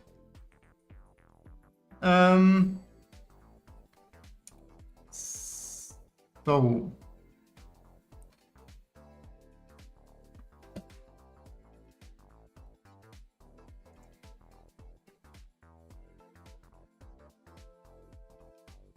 manual. And then we have assembly manual.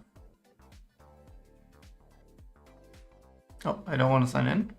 Just want this to go away. Cool.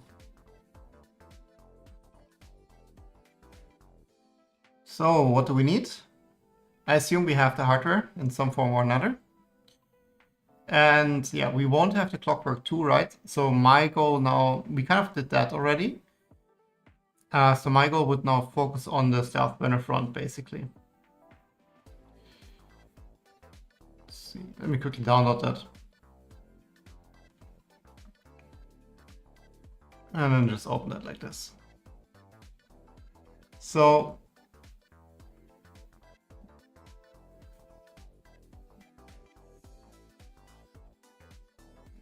there's an index. Cool. So yes, we have the LD.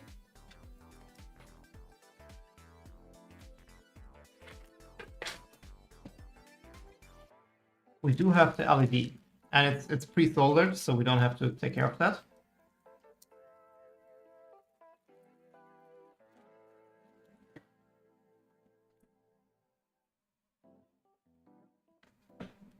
And we also have that part. Just collecting things right now.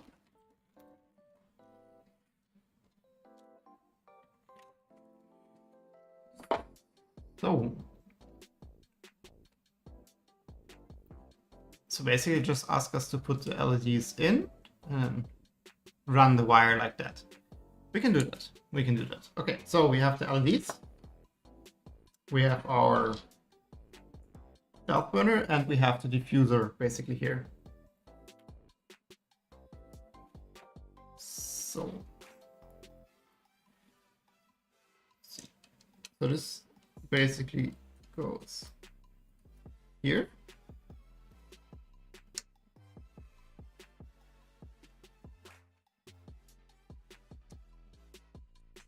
Oh, actually,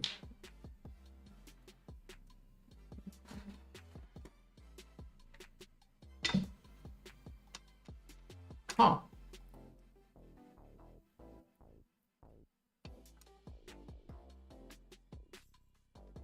This part is a tiny bit warped.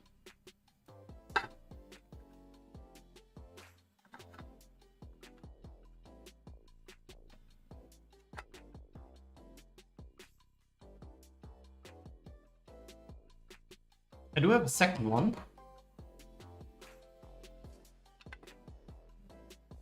which is not warped.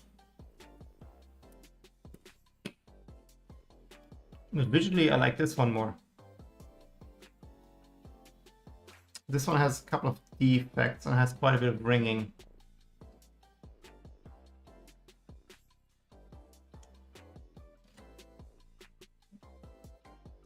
But this one also doesn't look very nice. They both don't look nice.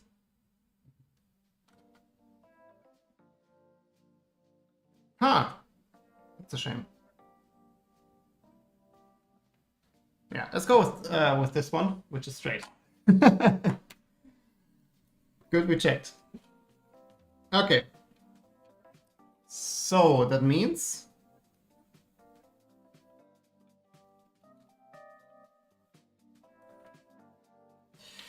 That means we put in the 2 LEDs on the bottom.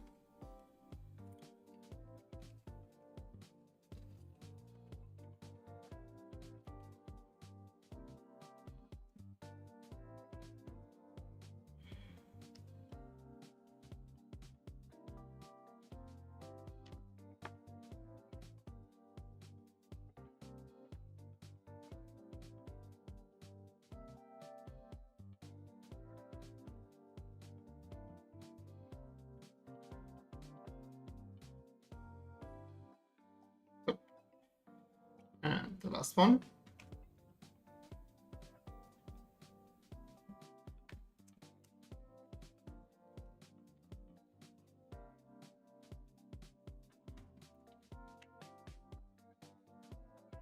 Cool.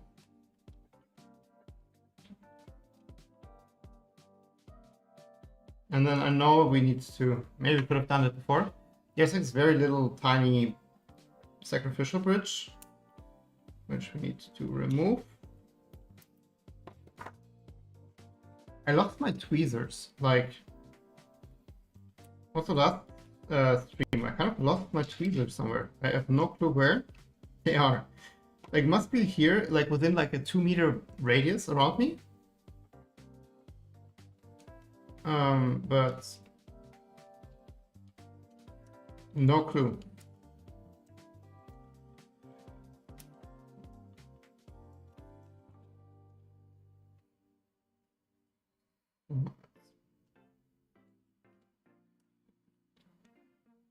Maybe let's not push it in here yet. Let's first put the...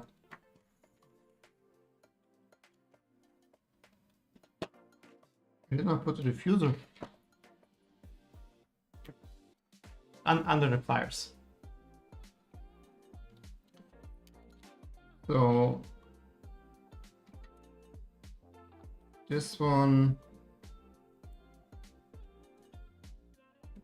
goes in here.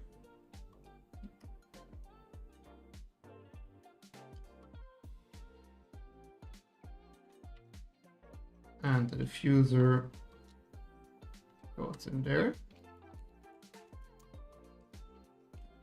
I should have got it right. Doesn't have orientation. But...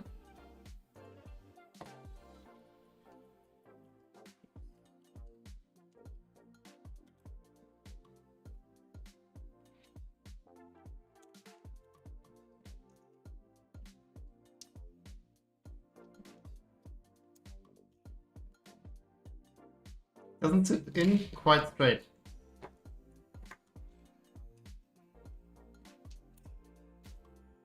Let's see if we can put this in. No, the diffuser needs to be like flush. I'm not sure if you can see that, but it's definitely like standing out here.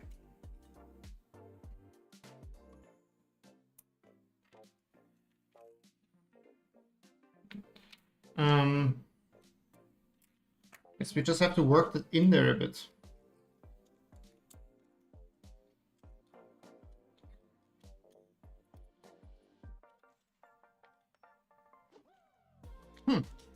Wonder why that doesn't fit.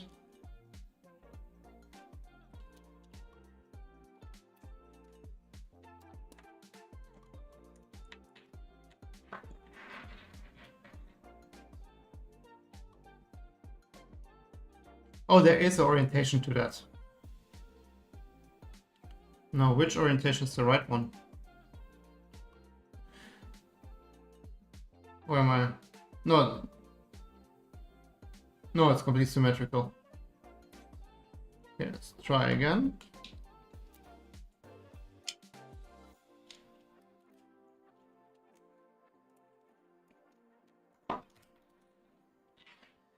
Try again.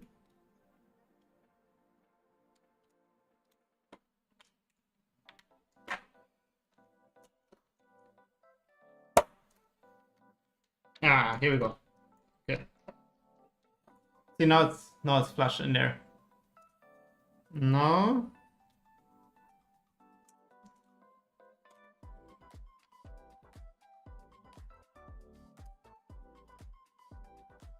We can push this on top. Nice. Pull those wires out.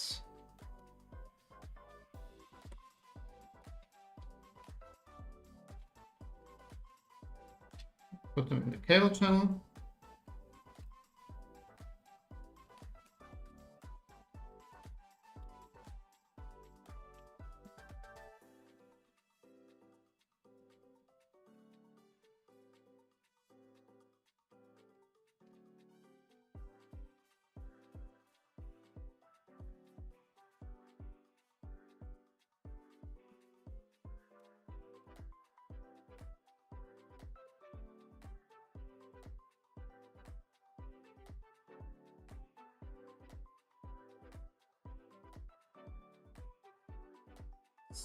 So, perfect.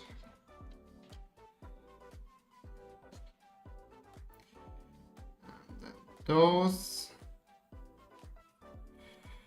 There's another sacrificial bridge we quickly need to cut.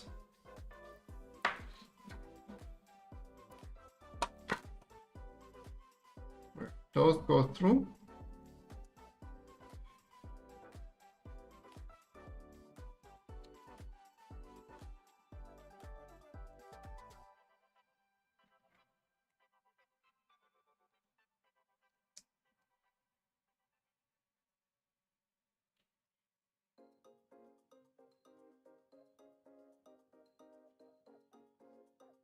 Quite a bit of cable here. I feel like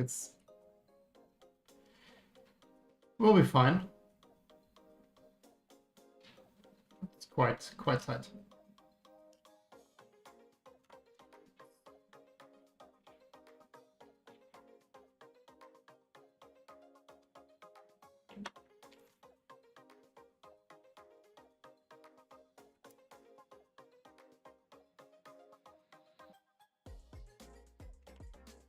This in here.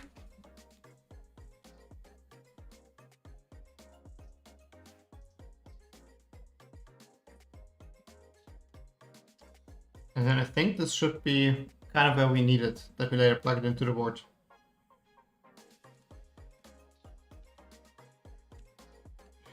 Okay, I would say this is kind of like the cable run.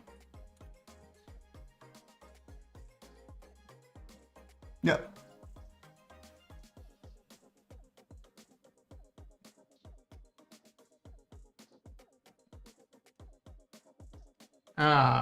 Built-in support structures.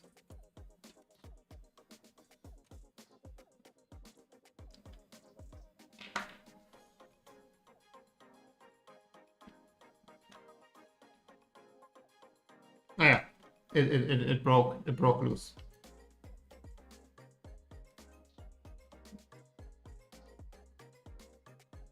Kind of. I'm not sure if it's completely supposed to like break, but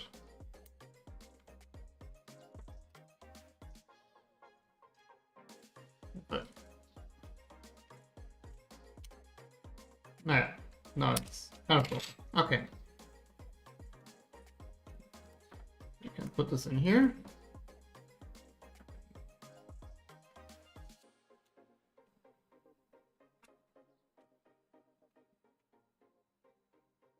It was really like supposed to slide through. Let's just put them inside here for now, and then let's later find out where exactly this cable needs to be. Okay.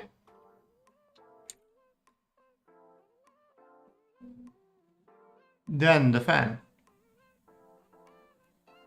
So the important part is for the fan, orientation of the wire to the top. And it blows inwards, which makes sense. Let me quickly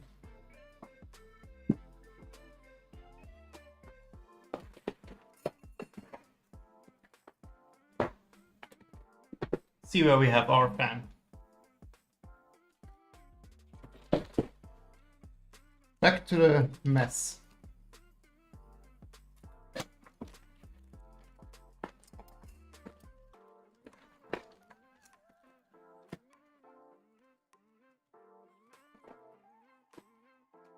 There's one fan we need.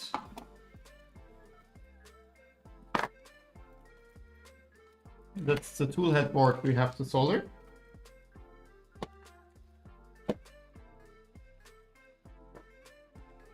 There, it's not a fan.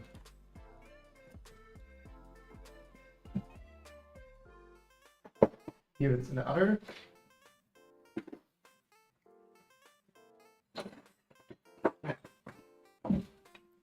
Here it is.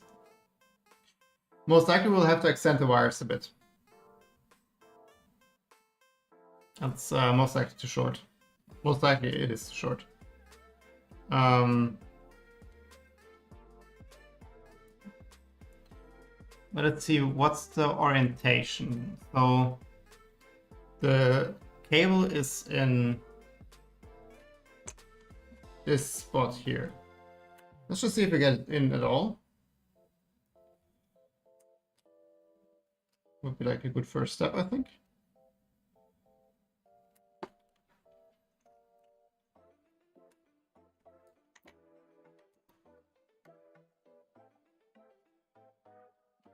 It's in our reality fan. Okay. Oh, okay, and see, and then the cable basically does the full loop. So we definitely need to extend that cable.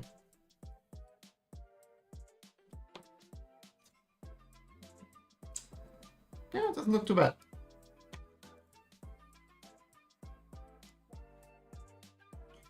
Okay, but then we need to extend this cable here. I guess there's no way around that right now, because we can't do the run. Which means we need to solder a tiny bit. Which is fine, right?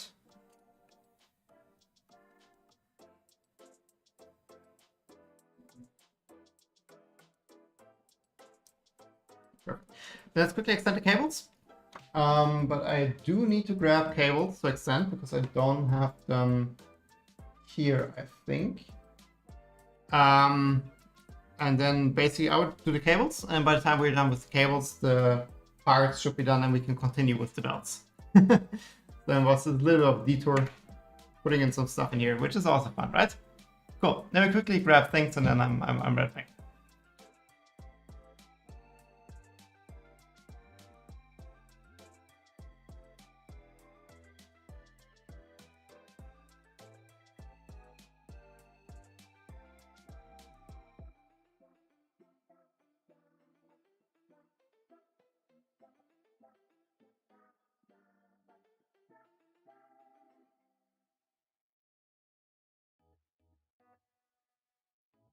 So, start maybe with just changing the tip and preheating the iron.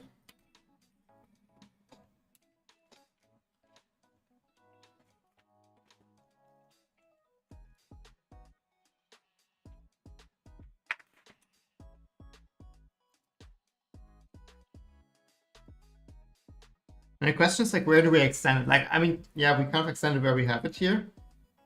It's just like the extension point will be a little bit thicker, right? So we should just be that smart. Where exactly we put that. But I think like here there's a bit more space, right? Like here in this area. So if the extension point is here, it's A straight, and B, it's a little bit wider. Here's another one of those bridges we need to cut.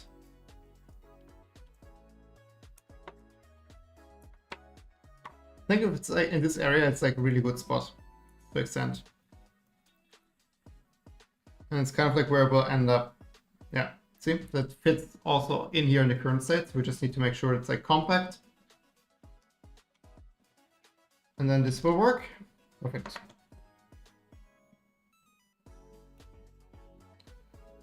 Let's quickly pull off the heat shrink.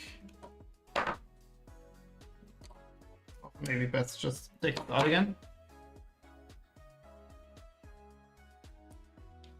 Yeah, exactly, and this is how we will solder it again.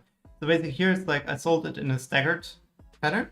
So you need one heat shrink, which makes the entire like solder joint or like connection spot of the two cables more compact. Oh, nice. Did not pass the pull test. Let's grab hand and let's grab some solder tin and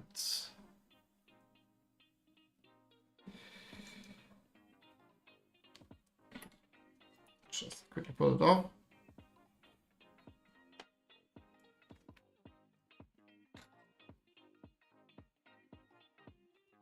Then we have cable. I would keep the color scheme here, of course.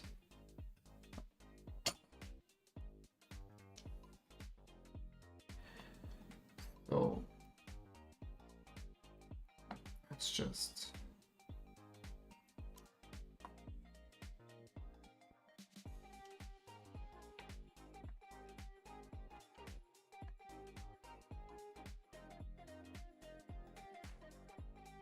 pre-tin them a little bit.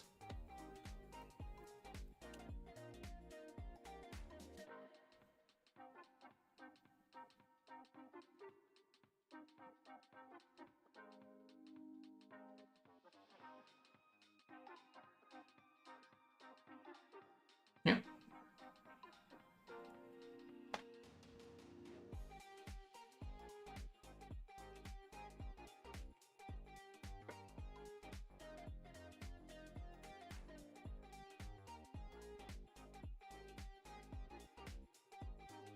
Let's solder the shorter one first.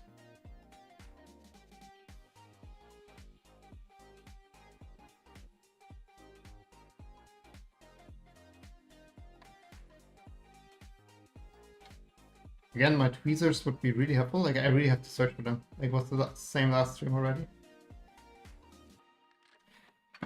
It's the shorter cable.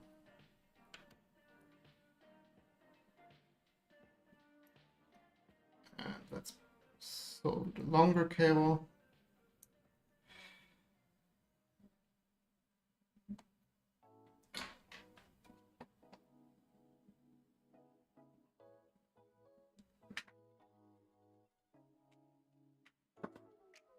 And that's the soldering. Cool. Let's quickly see how long the cable needs to be. Yeah, again, there's like no way those two like connection spots can touch. So if the cable depends on some here, so this kind of goes like that. This goes like that. So something like that.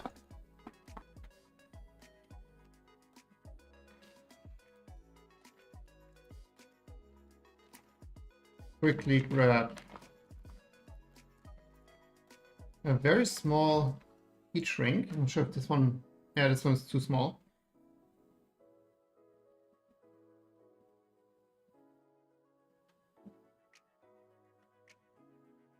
Technically it's like so small that we could, let's do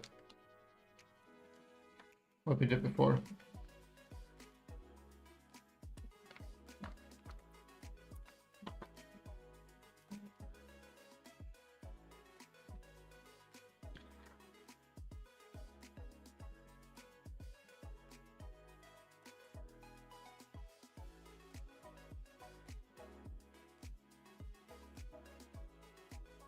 Would have been smarter to put this on the other end, but you know,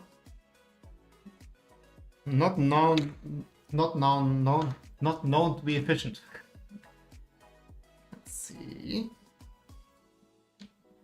Hope this fits over there. It does. Perfect. No, it's too short. Well, that was not good. Want to have it short. Oh, it's too short.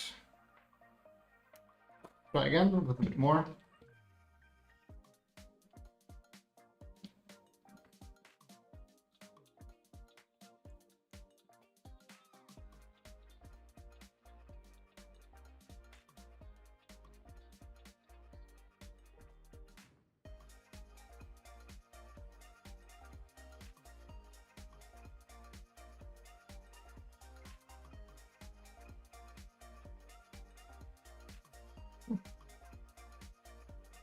Oh no, now they don't want to go through anymore.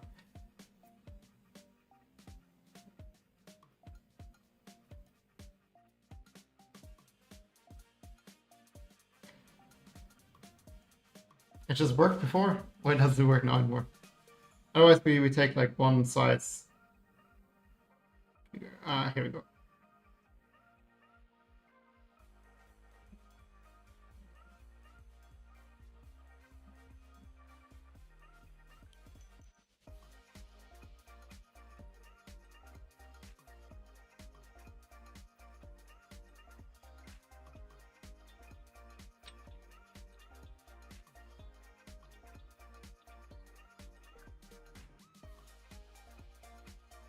I don't think that works. I'm slowly like pushing the cables through.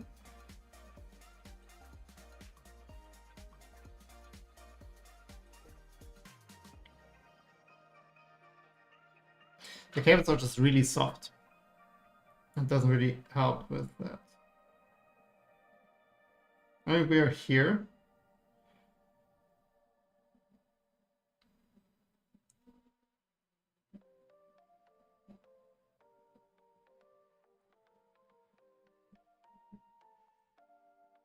No.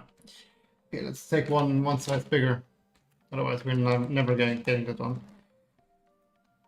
It's quite big. Let's see if that works then.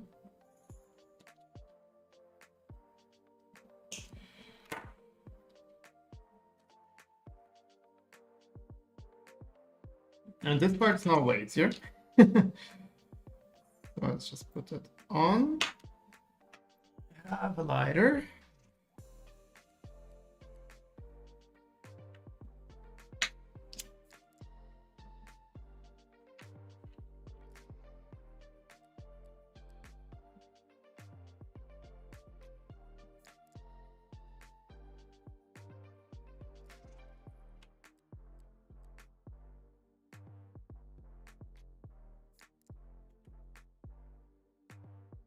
Yeah, it's a bit bigger, but oh, I burned the cable, but it should be fine. Cool. Okay, then let's put this in.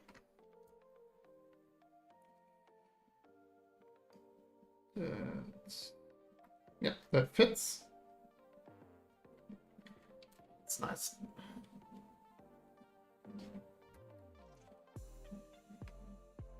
Just push this in here. This goes through here.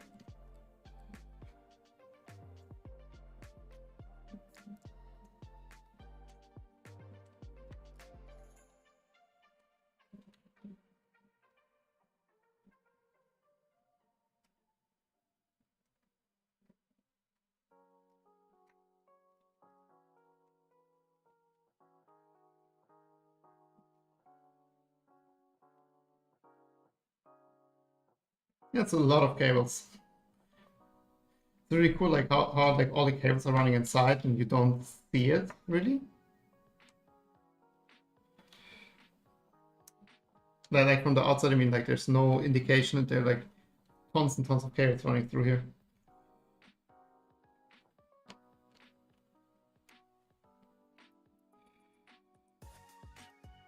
Get this in here.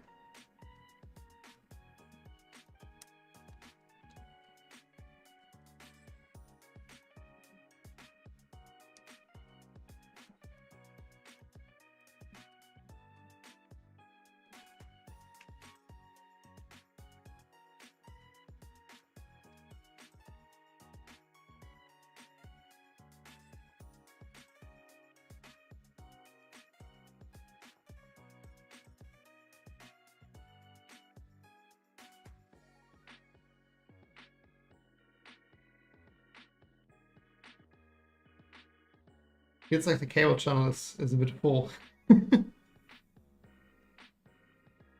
Does not want to go in there. Ah, no, that's it. Okay. Yeah, but it's quite full. Oh, and it's out. Cool.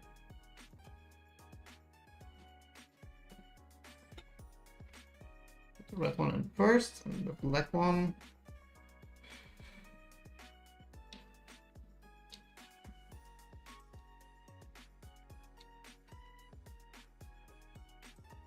If we can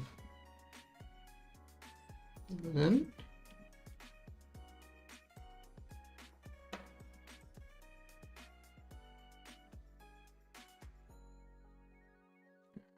I think it should be fine. It's just pay attention that we don't pull it out again. We put it through here. Okay.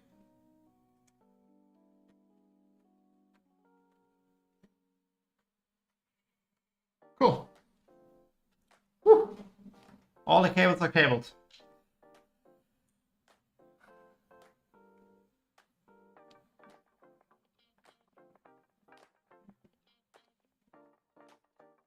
Then, oh, sorry. Oh, I meant to show this. So remove the fan cover and put in the fan. And I think that's the last thing we do because, like, just now the print finished. Yeah, but let's put that fan in here. I think that's a nice round ending point.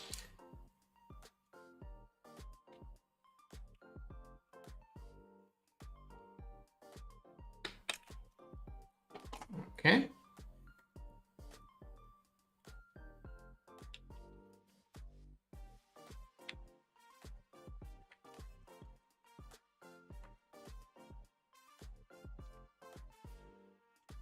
I'm not sure if the cables are really supposed to go down there. The fan goes in. Oh, we have to remove those, right? Remove the front and the mounting gears. Yeah, okay. So we need to remove that. Which I don't have a tool right now to do that. We can try using a knife.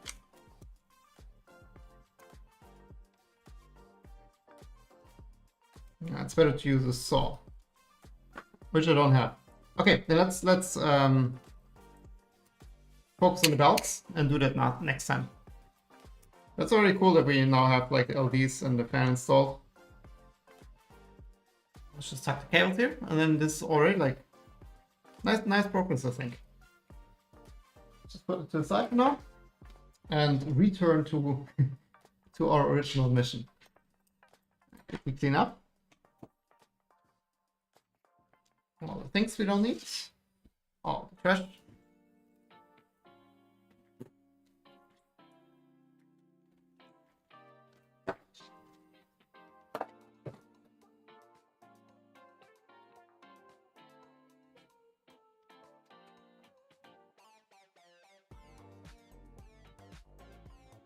Okay.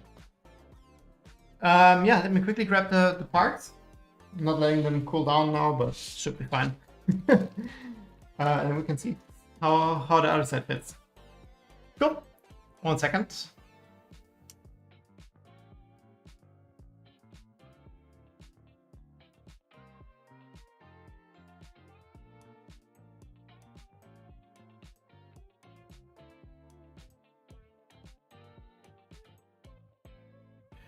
Here they are. Not a question I have.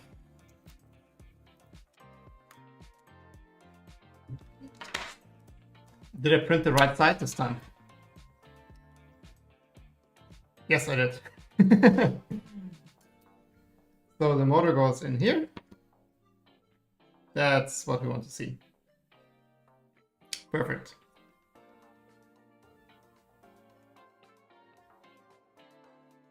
Yeah, perfect. Well, they look good. Nice. Then we need the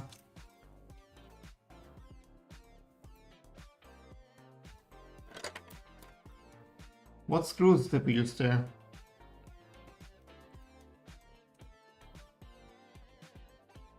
Let me check in Fusion. What screws do we need there?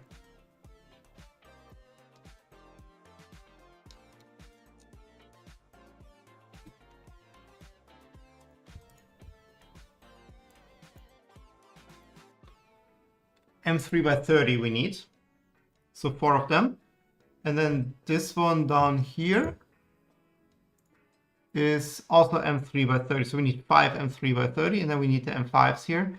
And remember, we need to put in this part first before we put the rest together.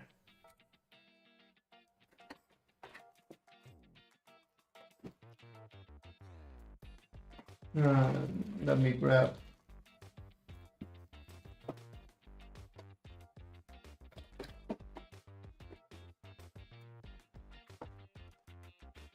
M3 by 30 are these,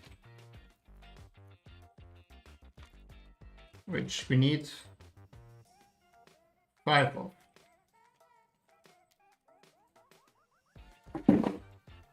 Okay, let's start with the hook, because otherwise I forget that again. So this basically just goes in here. And then this goes on here.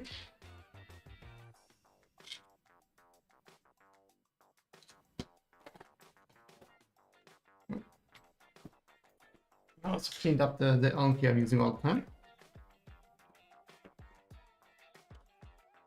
Okay, that's a success.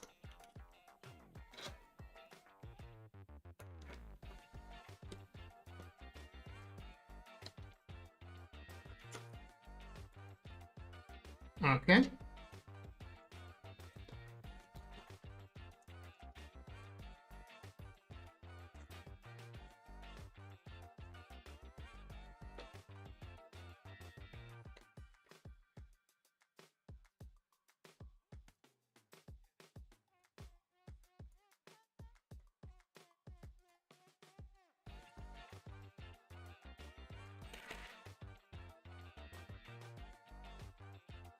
Perfect. Well, this was took us a while. Then let's quickly throw it on here, right? So what we need are... Ooh, where did I put them now? Oh, here they are. We need the printed M5 T-nuts and 2 of our weird little screws here. So just can put them in. They're quite nicely designed. Like, it's really like it's on the limit of what you can print, more or less. But they do work quite well.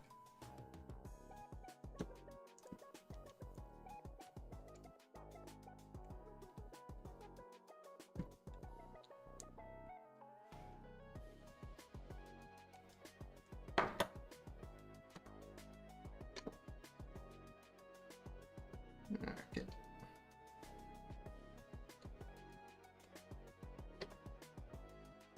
Perfect. Yeah, this goes in. Let's check this one.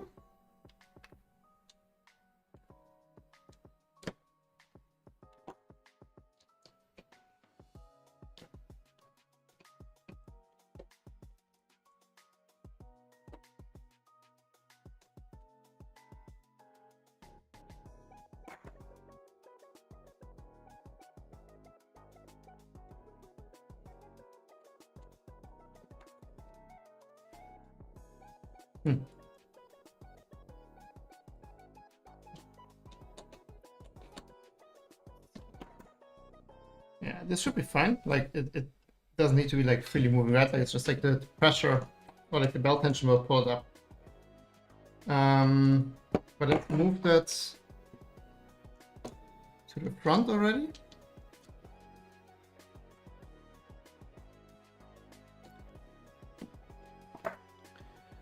And then we have a belt here that wants to go through.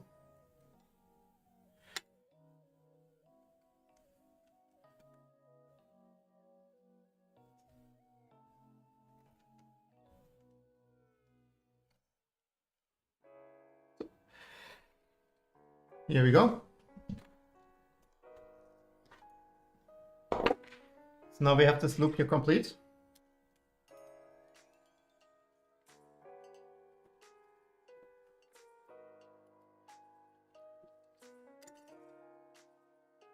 These are the ones we should lose, because we don't have many.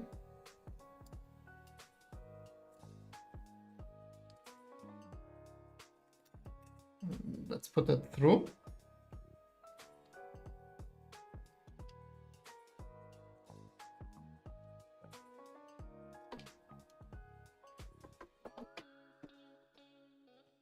And then let's actually mount it here. Because now we have the belt like on the bottom, so we can pull them. But then it's easier if this one doesn't move. So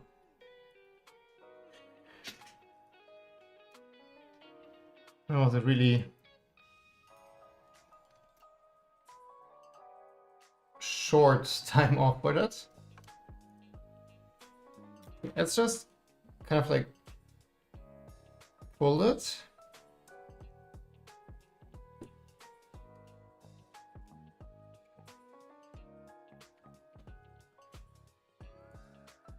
And we made sure that on the other side that like the length is the same. So if we now have the length the same here as well, then they should be on the same tension. Okay, I'll just quickly kind of locking that in. So they're not super tight yet.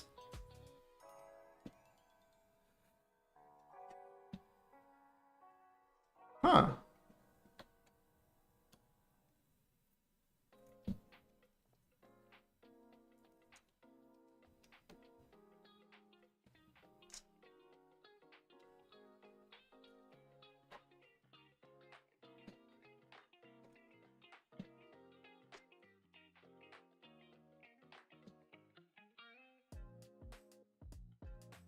Okay, so I'm seeing like one issue straight away, which we could have caught earlier, but that's kind of a stupid issue. Do you see how the here it's like flush basically, and here it's way in. So this is not centered whatsoever. So let's fix that first.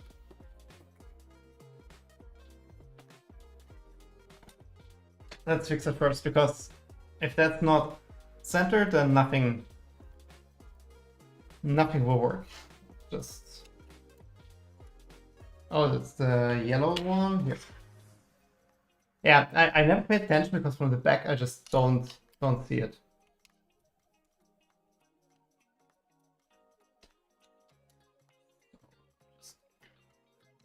Loosening all of them because otherwise I can't center it.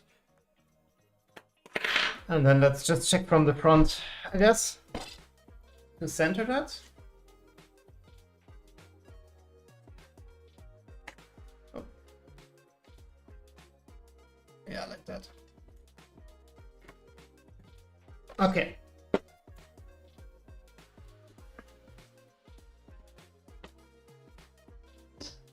And then let's just hopefully align everything again.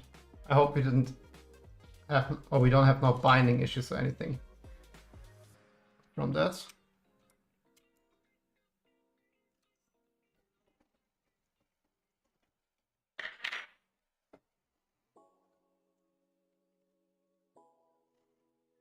Okay, we don't have binding issues, I think, but the belts are not running smooth at all. So let's figure out the belts. Okay. I mean, first there's no tension whatsoever. Let's just fold it a little bit.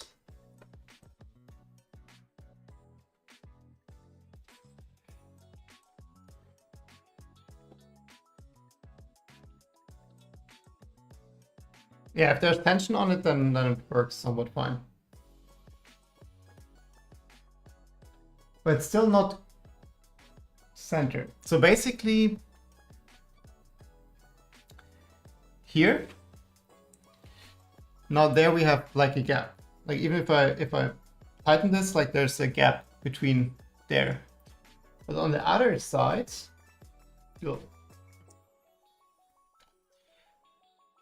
if you look through there, Like if I kind of like pull apart it doesn't focus on that. Yeah, but there's it's rubbing on that. So this needs to go further that direction. Which is odd because now it's pretty. It's not quite okay. Well, that's on me. It's not quite center. So let's do another round.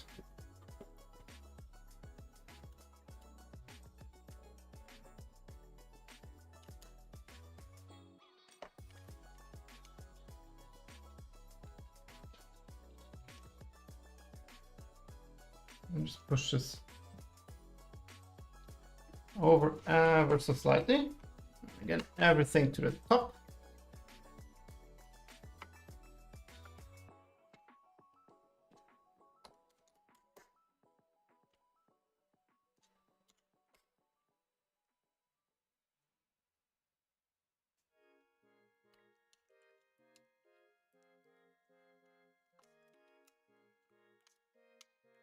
Okay. Let's check if it now touches.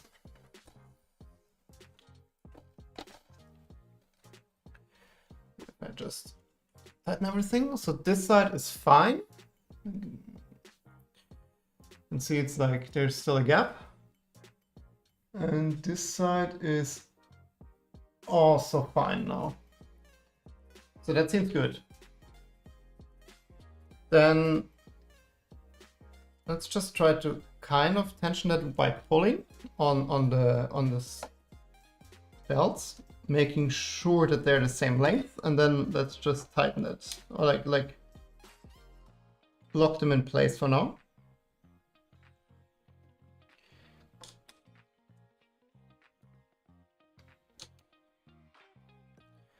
Okay, so check. I think we have an issue here. Oh, they are the same length.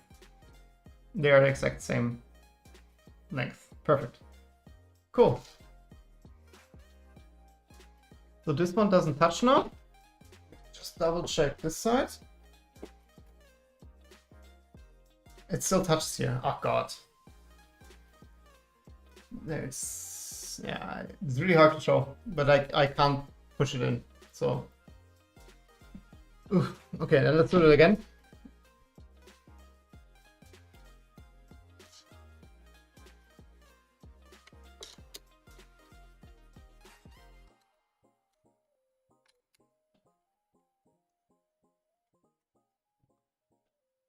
Okay, now this doesn't touch.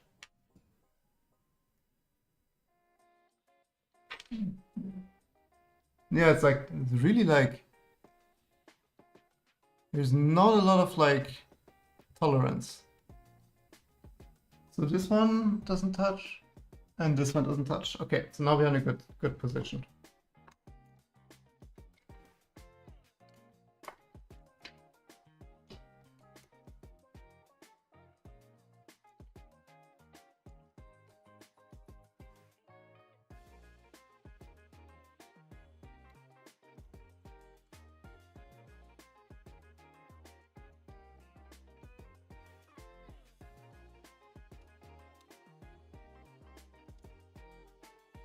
Okay.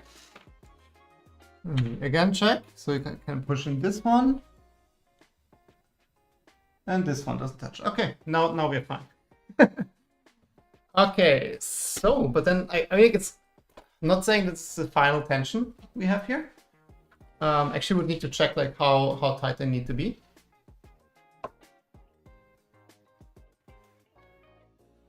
It's a weird motion system. I can tell you that. Like I mean, like this one, it's not the easiest. I mean, it's a Core XY just like on its side.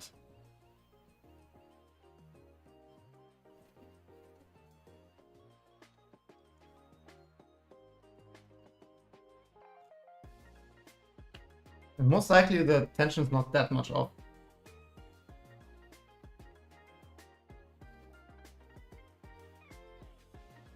Maybe we can pull like one tooth more.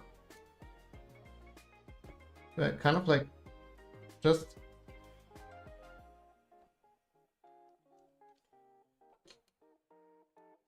try to like pull one.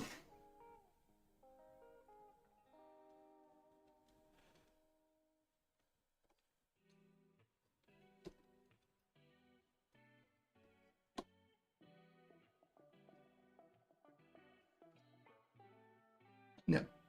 So now I just pulled like one more for each belt. Again, like they just need to be the same loop length basically, or same length of belt in the loop. Okay.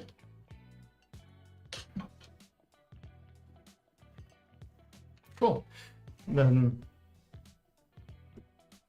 this also is still touching at the same time on top, like left and right both touch.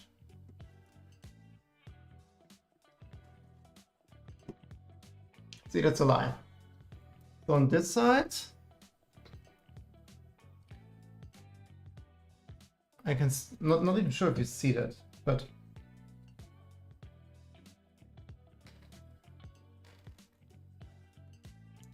here I can do this. But on the other side, there's no movement. So that means that the belt tension is like a little bit different, or that we not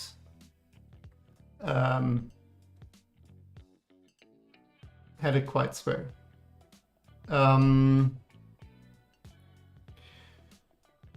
Let's see. So if I pull one tooth more on, I don't even know which side then, but just one side. Yeah, now it's on the other side, see? So now I can move it up here. So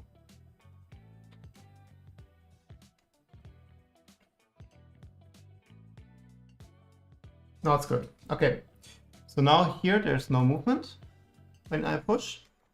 And here, if I push, there's also no movement. Let me quickly tighten that.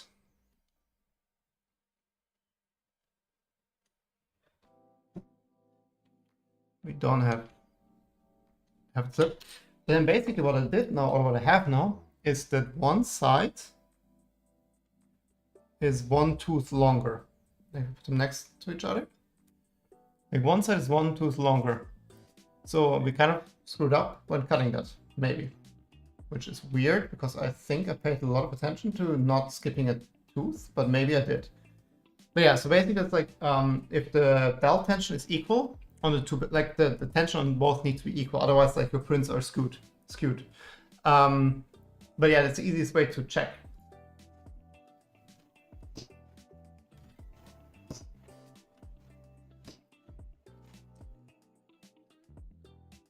I think it, like the motion system itself is quite good. I mean, there's no resistance from the motors, of course.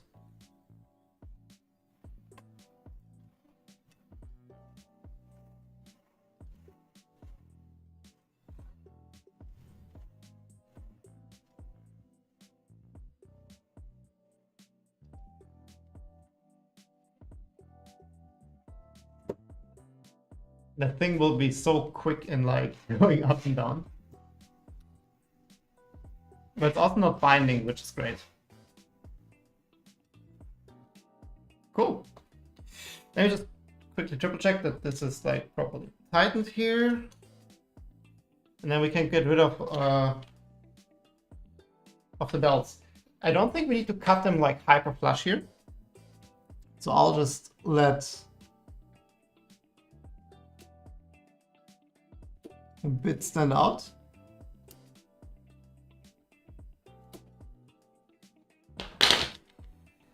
So I just basically cut off a tiny bit, and there's still little belt stubbles standing out. But yeah, I don't think that like this is important for the Switchwire because there's nothing mounted against it. So it's easier to have it like this in case you have to take the belts off. Cool, and then this is there.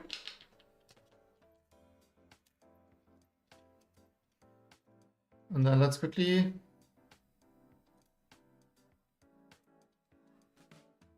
missing screws.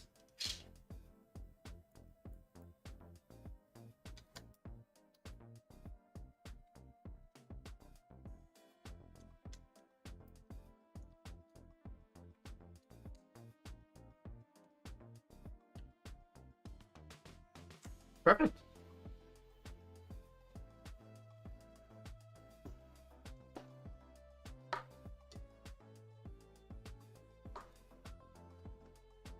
Like the motors are still quite loose, so maybe we should tighten that a little bit more. Just like this is really wobbly.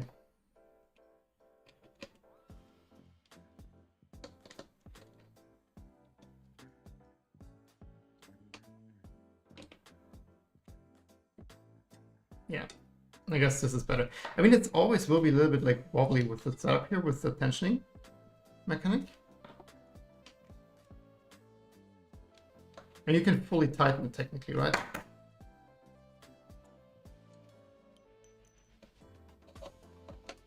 I also don't want to over tighten it with the... I'm actually not even sure if we like need to tension that more. It's already quite... Maybe we can check the Switchwire manual, what the intended tension is. Let's also quickly shift it a bit more.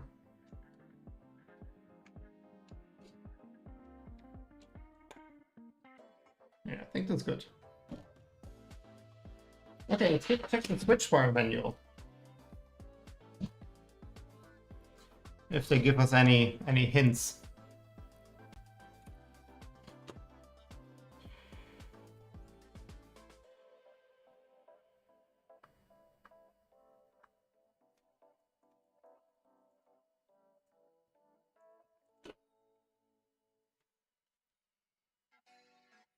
I mean, it will be a little bit different for us because the printer dimensions are not exactly the same. But nevertheless.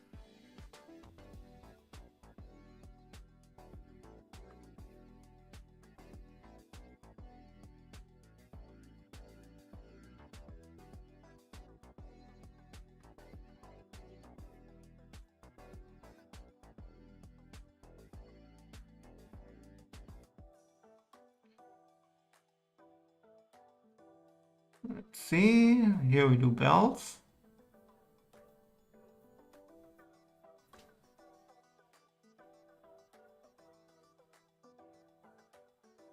Belt position.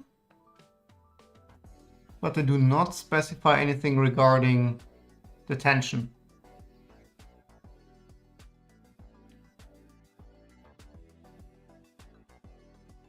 No, there's nothing specified with the tension, and I would say this is already quite good.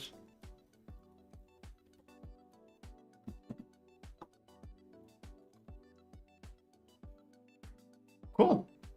Then, yeah, that is kind of like what I want to do today, like the belts and making this smoothly work. Yeah, let me see.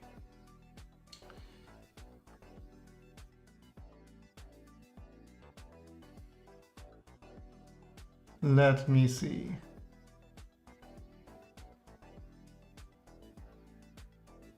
So, seemingly nobody's watching right now.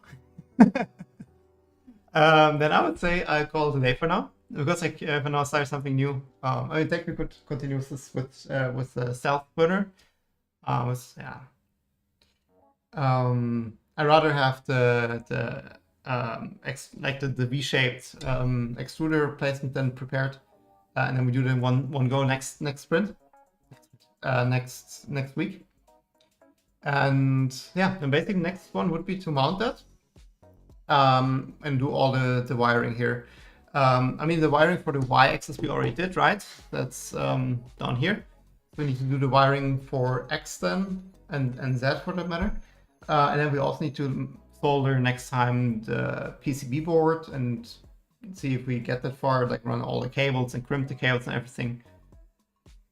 So yeah, will be interesting. Yeah, then thanks for everyone tuning in, and see you next week with more Ender Switchwire conversion. Bye!